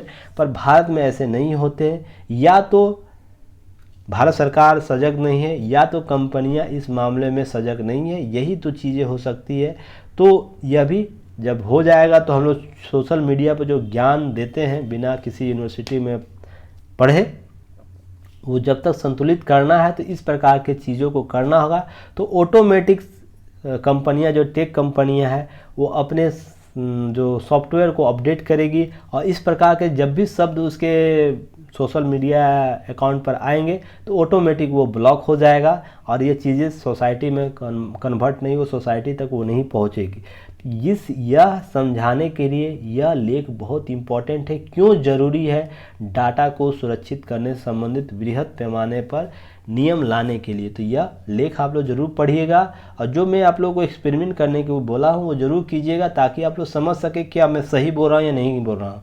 या नहीं तो गूगल पर आप यूट्यूब पर सर्च कीजिएगा, इसके हज़ारों वीडियो आपको मिल जाएंगे और आपको वो बता देगा कैसे करना है, ताकि आप लोग चीज़ सजग रूप से काम कर सके, अपने पर्सनल डाटा को बचा कर रख सके।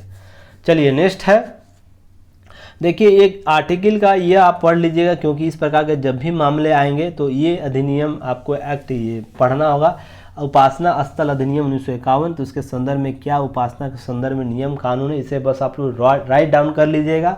और जब भी ज्ञान वापी या तो इस प्रकार के कोई भी मामले उभर कर सामने आएंगे तो इस एक्ट की चर्चा हमेशा रहेगी। तो एस्पिरेंट के तौर पर आपसे प्रश्न पूछा जा सकता है, तो आप इसे ज़रूर कवर कर लीजिएगा। चलिए नेक्स्ट हम लोग बात करेंगे, और आज का वीडियो इतना ही। गेहूं संकट के संदर्भ में हमारे पास पर्याप्त भंडार है। तो वर्तमान में यह बोला गया है किनके द्वारा, जो खाद्य मंत्री हैं सॉरी खाद्य मंत्री मैं कह रहा हूँ, भारतीय खाद्य निगम के जो सचिव हैं वो सुधांशु पांडे, उनके द्वारा ये बात किया गया कि भारत के पास पर्याप्त उपलब्ध है, 2.4 करोड़ टन गेहूं उपलब्ध है। हालांकि बाजार में सट्टेबाजी का कीमतों में उछाल देखने को मिलता है, पर देखिए जो सत्र है 21-22 का, जो जुलाई जून का सत्र था रवि सत्र, उसमें सरकार ने गेहूं उत्पादन के मामले में 10.5 करोड़ टन, जबकि व्यापार जगत में अनुमान में 9.5 से लेकर 9.8 करोड़ टन ही थे। पर देखिए बात यह है कि हमारे पास जो भी खाद्यान्न संकट से उबरने के जो मानक है उसके लिए पर्याप्त आपको यह है खाद्यान्न और गेहूँ हमारे पास है। तो इसके लिए रिलेटेड जो भी अंडरलाइन किया गया उसके की नोट्स के रूप में देख लीजिएगा, और इससे रिलेटेड आपको एक वीडियो जरूर मैं बना के दूंगा, खाद्यान्न संकट क्या है, क्यों बार बार चर्चा होती है पीडीएस की, पीडीएस प्रणाली को लागू करने और भी बृहद तरीके पर, कोरोना काल में पीडीएस इतना सक्रिय रूप से काम क्यों किया, सभी डायग्राम को हम एक वीडियो के तहत कवर करेंगे। और आपका यह जीएस पेपर 2 के खाद्य सुरक्षा या गरीबी टॉपिक में कवर करता है यह न्यूज़ आज का, तो आप लोग इसे ज़रूर देख लीजिएगा।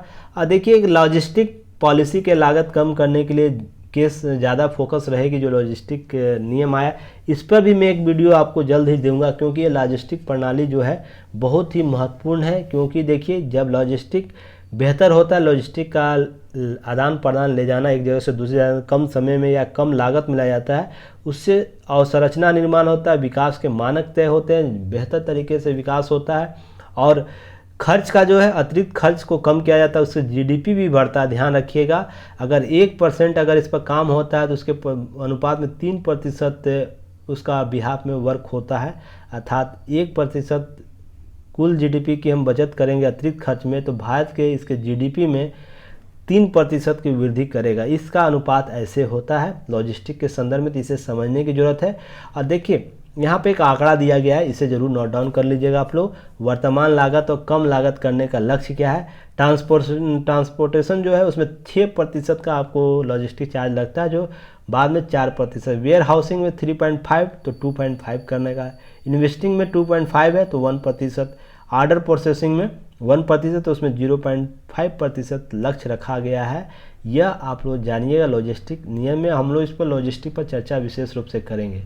हाल ही देखिए इस पर मैंने पहले भी आरक्षण के मामले में चर्चा कर चुका हूं, तो हाल ही में छत्तीसगढ़ हाई कोर्ट ने 58% के आरक्षण असंवैधानिक करार दिया है। राज्य में दिया जा रहा था 58% अधिक, यह मेडिकल, इंजीनियरिंग और अन्य कॉलेज के प्रवेश के लिए आरक्षण की व्यवस्था 50% से बढ़ाकर 58% कर दी गई, जिसे छत्तीसगढ़ हाई कोर्ट ने असंवैधानिक घोषित कर दिया। हालांकि यह जो राज्य सरकार है सुप्रीम कोर्ट जाने की बात कर रही है, पर वर्तमान रूप से यह आरक्षण के मामले को पुनः चर्चा में ला देता है। तो जो आरक्षण का टॉपिक कवर किया गया उसे आप लोग जरूर देख लीजिएगा।